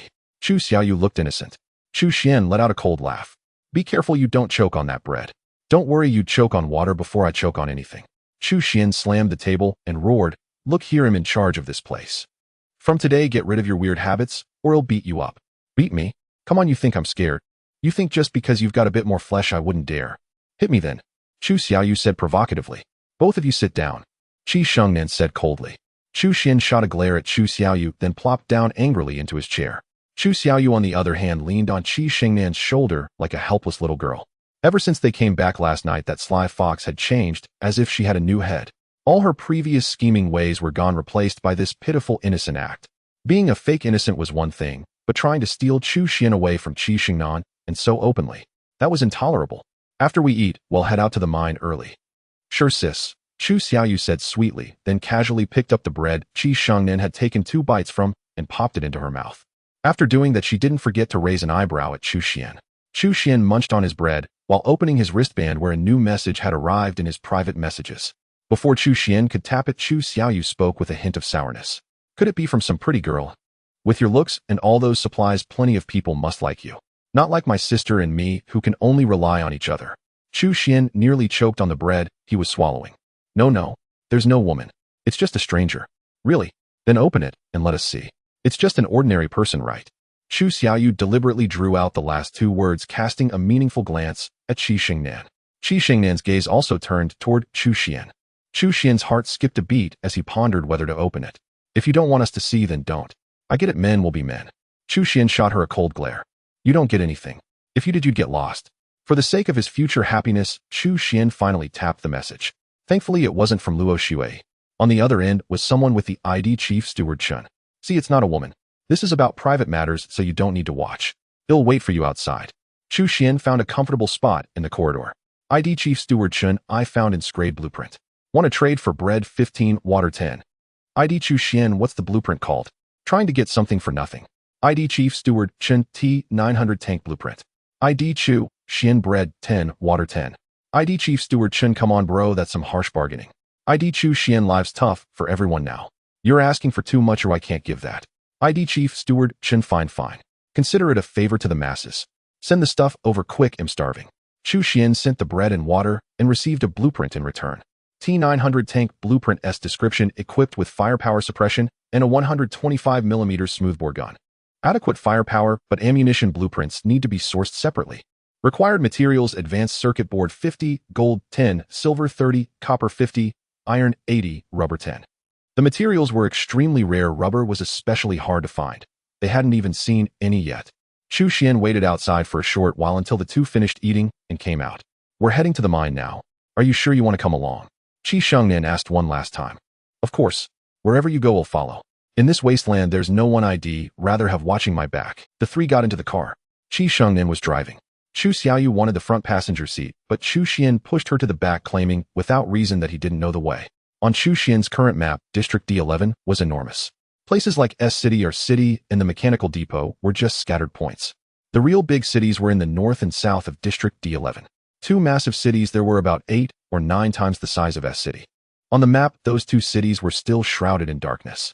Chu Xian and his group's current goal after leaving the mine was to head to the big city in the North District D112. Chu Xian felt that there must be something hidden in that city. Why else would it be designed so large? Besides, when they arrived, the game hadn't set any clear objective, only giving a vague concept: survive. Survive in this wasteland. Would the game end just by surviving? No, the true purpose of this game must be hidden in the darkness. To uncover its survival was a prerequisite. On that foundation, one had to delve deeper into the game and explore larger areas. The vehicle sped across the desert. A gale swept through and a massive barb suddenly lashed out from the sand, hurtling toward the Black Shark military jeep. Qi Shengnan controlled the jeep, executing a drift to dodge the enormous hook. But that wasn't the end. A dark red giant claw burst from the sand again, aiming for the black jeep. The black jeep swerved several times, evading the attacks once more. The dark red scorpion finally revealed its full form from beneath the sand. It swung its sharp, dark red claws, smashing them directly at the jeep. The jeep turned, retreating over 10 meters, then realigned its turret. Chu Xiaoyu mounted the Type 88 military light machine gun, her aura fierce. "You be scaring me like that." The dark muzzle spat flames, bullets raining toward the giant scorpion's eyes. They hit the scorpion's eyes squarely without missing a beat. Chu Xian watched a chill running down his spine. Not a single bullet was wasted. After the eyes, they targeted the gaps in the dark red armor where no shell covered. A burst of gunfire, later blood flowed, staining the desert. The yellow sand was dyed red with blood. Chu Xiaoyu panted heavily like a maddened beast, shouting as she held the gun steady. The dark bullets continuously sprayed from the muzzle with a faint tremor. Finally, the enormous dark red scorpion couldn't endure the torment and crashed to the ground. The madwoman seemed to relax, her chest heaving violently. She returned to the cabin, her mood seemingly stirred. She threw herself into Qi Shengnan's arms, acting coy. So scary, so huge. So terrifying, it scared me to death. Chu Xian was stunned. Was this even human? After killing the scorpion, the spoils naturally belonged to Chu Xiaoyu. The three of them drove the jeep and arrived at the mining area by noon. This place had long been abandoned, unable to escape the fate of wind and sand erosion. The houses had collapsed beyond repair, the mining carts were rusted, and it was unclear whether the substance clinging to them was blood or rust. On the path leading into the mine, some bright red liquid stretched all the way into the dark depths. "This looks like blood," Chu Xiaoyu said, stepping forward to dab a bit with her finger and rubbing it. Then she brought it to her nose and sniffed. The blood was thick and carried a putrid smell. It wasn't normal human blood. However, the blood on the mining carts outside was human. "I'm afraid this isn't just a mining area," Chu Xiaoyu said solemnly.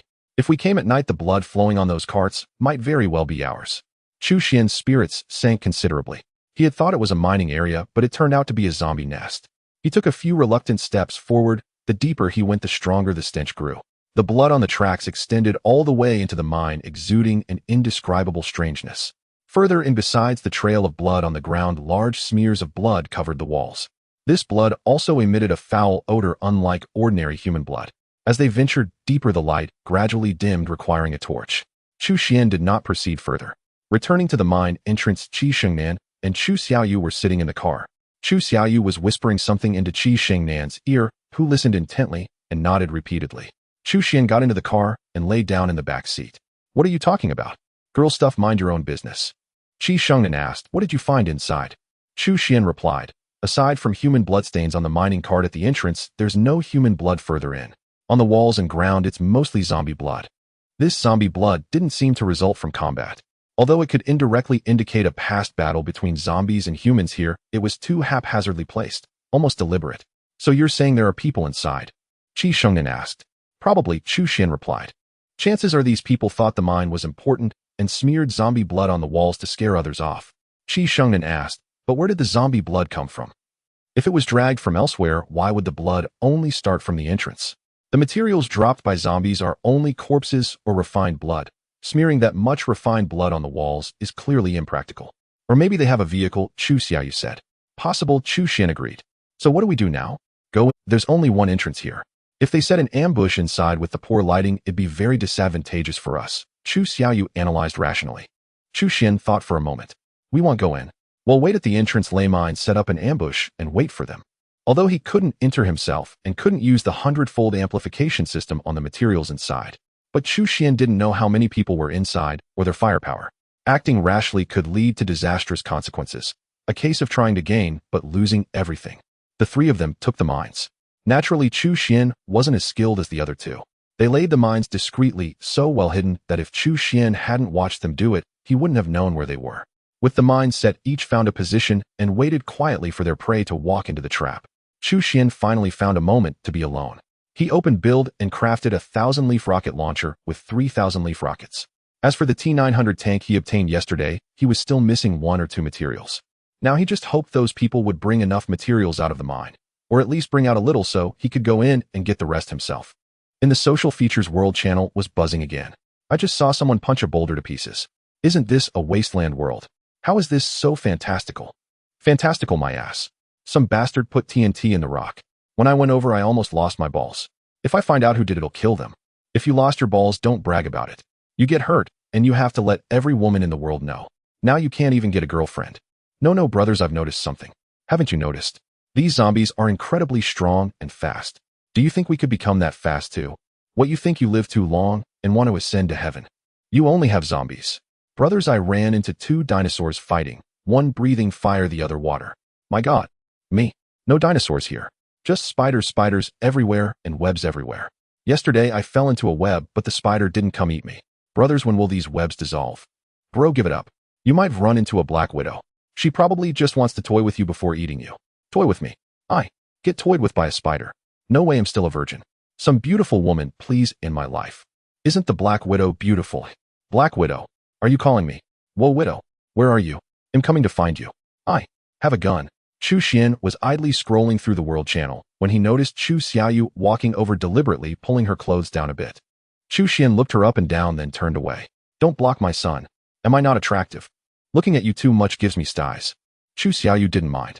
She followed Chu Xian's gaze toward the mine. I feel like you have secrets. Everyone has secrets. Shangnin told me everything. She said those guns came from the armory. Yes, they're all from the D11 district armory. So those two vehicles are from the armory too. Yes, I took them. Bullshit. Do you think I didn't see that a few days ago some idiot was loudly advertising on the World Channel trading food and water for metal materials? Chu Xian was stunned. Damn, had run into a tough one. Tell me your secret, and I'll give you my most precious. I'm not interested. I just want to know how you got so much food at the start of the game. Found it. You're that lucky. Not as lucky as you're pregnant. Chu Xiaoyu plopped down beside Chu Xian, gazing at the sky. Melancholically, she said, I want to talk to you. Why me? Because if I talk to others, they'll laugh at me. She shrugged. If you talk to me, I'll laugh at you too. I don't care if you laugh at me. Then don't say it. I still want to say it. When I parted ways with Xingnan, I thought I would never see her again. Later, I went to find her twice, but she refused to meet me. In my anger, I left, swearing at the time that I would make her lie in my arms. Chu Xian's face stiffened, the corners of his mouth twitching. Please don't use such thoughts to defile me. But Chu Xiaoyu ignored him and continued, so when I first saw her in this wasteland all alone, I knew my chance might have come. I just didn't expect there to be another me. Indeed, if only Shangnan had drunk that glass of red wine, my blissful life could have begun. Who would have thought? A pretty boy like you would pop up out of nowhere. Chu Xiaoyu shot Chu Xian a glare and went on, so yesterday after those people betrayed me, I decided to tag along with you. If I can't win Shangnan's heart back, then it'll make her utterly disappointed in you. Chu Xian said helplessly, heaven knows what's always running through that mind of yours. But my interest in you stops at your eyes. Chu Xiaoyu stood up, deliberately stretching to flaunt the curves of her body. Just wait and see. Don't ever, rest assured. Even if every woman in the world perished, I wouldn't spare you a glance. After Chu Xiaoyu left, the world fell silent again. Chu Xian lay on the rock yawning. Later, Qi Shengnan came again and suggested they take turns on duty, with two people sleeping while one kept watch. Otherwise, by the time those people emerged, all three of them would be exhausted. As the only man in the team, Chu Xian naturally took on the responsibility of solitary vigilance. By evening, Qi Shengnan woke up and came to relieve Chu Xian. Chu Xian had been watching all afternoon and was quite weary. Go and sleep. They'll take over from here. It's almost night. Be careful. Don't worry. Chu Xian yawned, opened the front door of the jeep, and found Chu Xiaoyu sprawled across the seat without a care for her posture. Large patches of fair, tender skin were exposed, the fabric barely covering the essential parts. Especially those two mounds, compressed and deformed because she was lying on her stomach. Don't they go numb? Chu Xian closed the door and got into the back seat of the jeep. Lying down, he could faintly detect a light, sweet fragrance. It must have been where Qi Shengnan had slept earlier. Accompanied by this scent, the already weary Chu Xian quickly drifted into slumber. Not long after, Chu Xian felt something soft in his arms. His nose often tickled, and the air was filled with a faint, delicate fragrance. When he suddenly woke with a start, he saw Chu Xiaoyu sleeping in his arms. At some point, they had both ended up sleeping on the floor of the car. As Chu Xian tried to extricate himself from the side, he found that the half of his body under Chu Xiaoyu had gone completely numb, devoid of any sensation. Outside the window, the moonlight was deep. Chu Xian's series of movements startled Chu Xiaoyu awake. She sat up from on top of him, looking at him with a dazed expression. Morning. Morning. Chu Xiaoyu deliberately stretched her supple body, writhing against Chu Xian. She rubbed against him deliberately before finally climbing off, opening the door, and getting out on her own, continuing to stretch her body vigorously outside the car. Chu Xian rested in the car for a while until the numbness subsided slightly. By then, Qi Shengnan was still waiting there. Chu Xiaoyu sat down beside Qi Shengnan. That group probably isn't coming out anytime soon. Maybe this mine has another entrance. Chu Xian felt that waiting so long was not a solution. So he said, maybe I should go in and take a look. You. If you go in, you'll be shot full of holes. Chu Xiaoyu had reverted to her usual self, ready to tear Chu Xian to shreds at the slightest provocation. I'd better go in. If anything happens, my ability to react is far stronger than yours. Ignoring Chu Xiaoyu entirely, Chu Xian walked straight into the cave.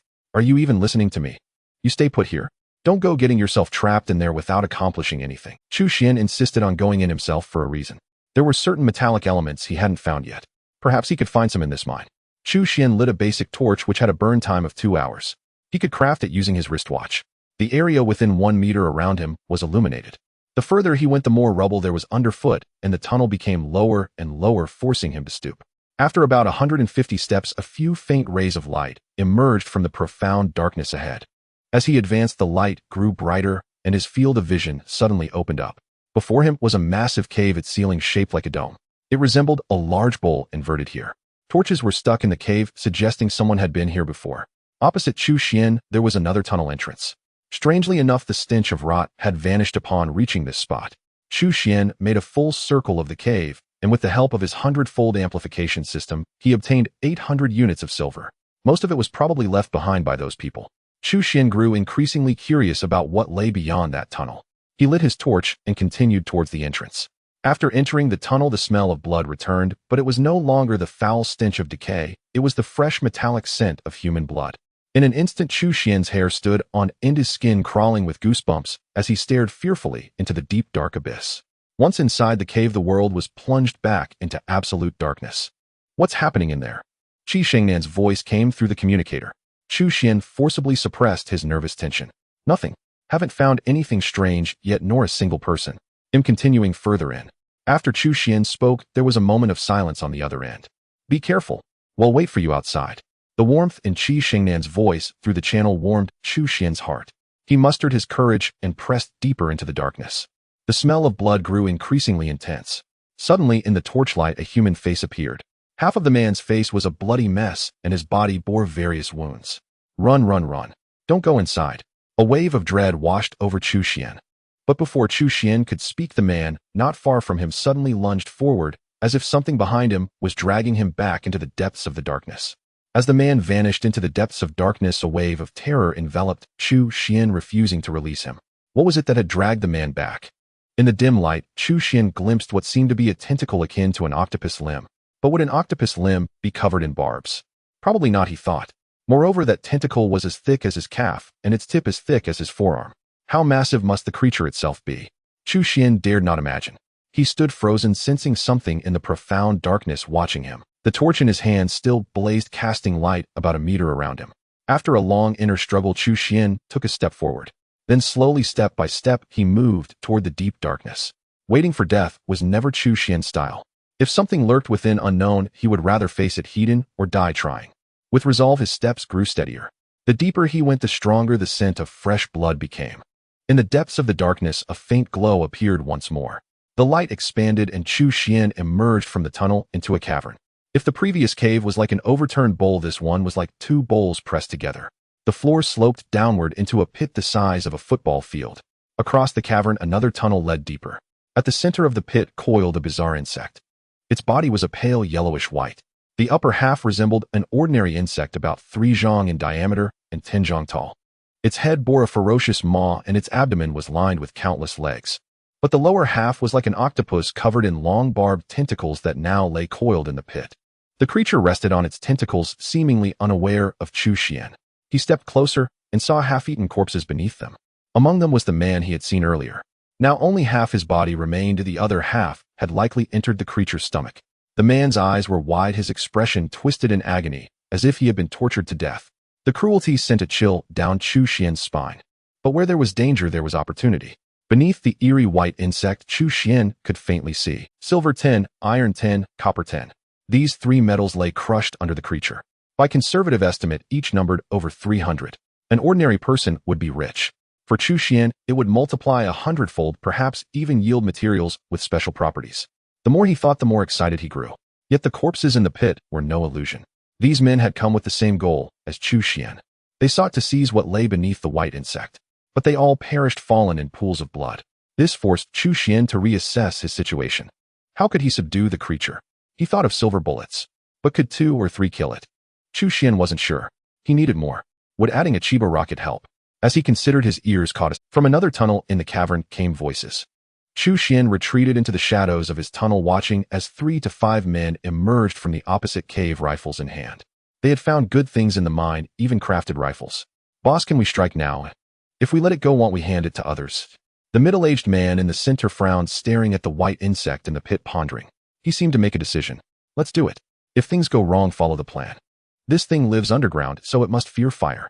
If someone gets caught, use bombs to save them and drive it back. No one runs alone." "Understood, boss," the other 4 chorused. The youngest was just over 20. They distributed the bombs. The man's face hardened. "Begin."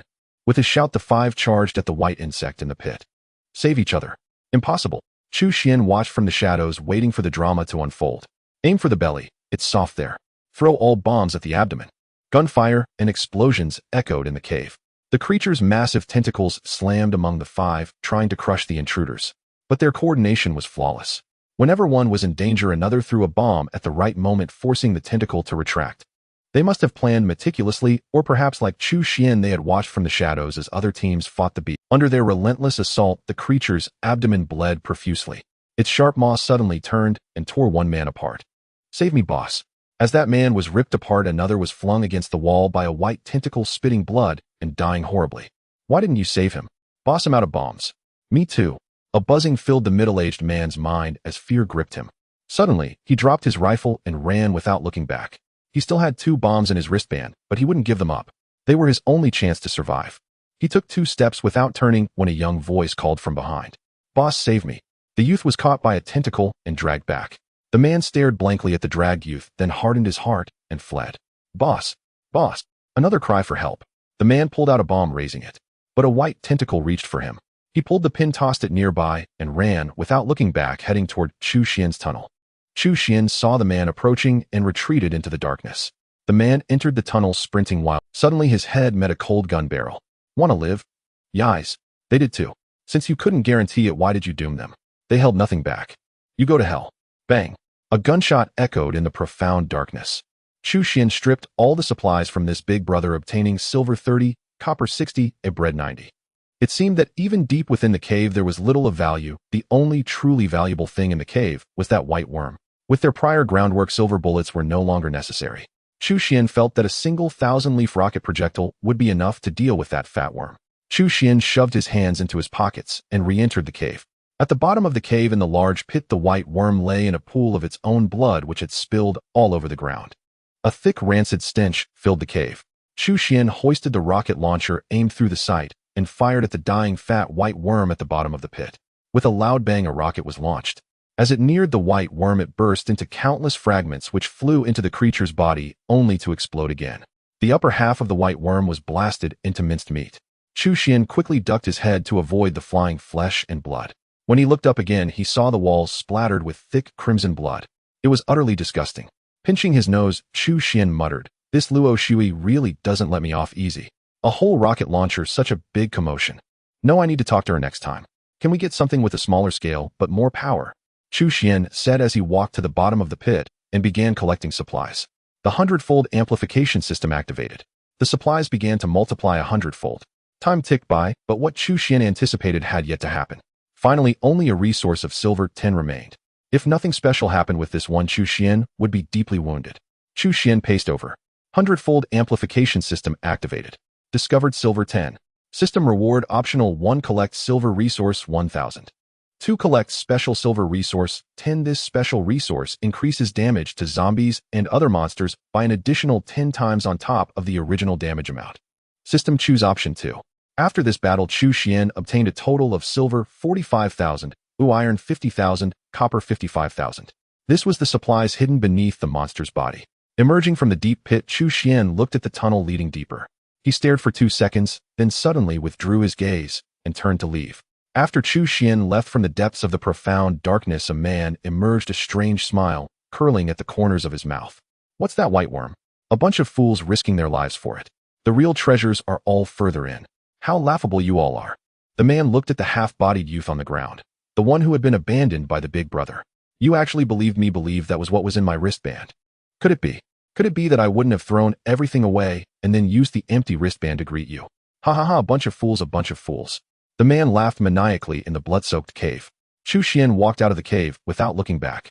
Just now as he stared at the entrance leading deeper, he had seen a person's finger. Even though it had been retracted in an instant, that finger was definitely not fake. There was definitely someone in there. The moment Chu Xian saw it, he considered counterattacking. But then some questions occurred to him. Wasn't he with those 5 people earlier? If not, why didn't they kill him? Was there really nothing left deep in the tunnel? The big brother's wristband was so poor it made Chu Xian feel shabby. All these questions pieced together meant that person definitely had something. But he had deceived those 5 people. He didn't want to confront Chu Xian directly to get him to hand over everything. He had to make him feel safe first. "I'm out. Don't pull the bombs. Don't come out, hide in the shadows." Chu Xian picked up the communicator and whispered a few instructions. Fortunately, the Black Shark military jeep was quite far from the mine entrance. Chu Xian walked out of the mine, glanced around, did nothing unusual, and walked straight away, growing more distant. Chu Xiaoyu watched Chu Xian's retreating figure and quietly slipped her arm around Qi Shengnan's. "Xingnan, don't be afraid, I'm here. That wretched man isn't worth your tears." Qi Shengnan rolled her eyes at her. Just then Chu Xian's voice came through the communicator again. "Someone's behind me. Be careful not to pull the bombs. There's something in his wristband. Shoot him dead with one shot. Don't let him escape." Chu Xiaoyu grabbed the communicator and demanded in a low voice, "What did you do in there? Did you get something good and try to sneak off on your own? Planning to ditch us? I'm telling you, if you want to go, then go. Don't ever come back." Hearing this, Chu Xian's chest burned with anger. "Are you Fing crazy?" Chu Xiaoyu immediately hung up the communicator and said to Qi Shengnan with a sorrowful face, "He said he really doesn't want us anymore. Xingnan, we're back to our 2-person world. Come on, give me a hug, let's celebrate." Qi Shengnan was hugged by Chu Xiaoyu, who rubbed against her ear, but her gaze was fixed on the cave entrance. If Chu Xian said someone was behind him, he would never lie to her. Chu Xiaoyu saw Qi Shengnan's slightly tense expression. She cupped Qi Shengnan's pretty face with both hands, pulling her gaze back, and looked into her eyes. "Don't worry, don't you trust me?" Chu Xiaoyu's ears twitched slightly, and a smile bloomed on her face. "Xingnan, want to bet? I can hit him right between the eyes." Qi Shengnan let out a soft laugh. "How do you know he'll definitely turn his head to look this way?" Chu Xiaoyu said he will. The two stared at the cave entrance. Soon a man emerged. The man didn't turn his head and walked straight ahead. Chu Xiaoyu stood up and called out sweetly, "Help." The man turned only to see Chu Xiaoyu holding a pistol. "Your aim is off." A gunshot rang out, and the man fell to the ground. Chu Xiaoyu said pitifully, "It's so annoying. Why does every man in the world look down when they see me?" Chu Xian's lazy voice came through the communicator.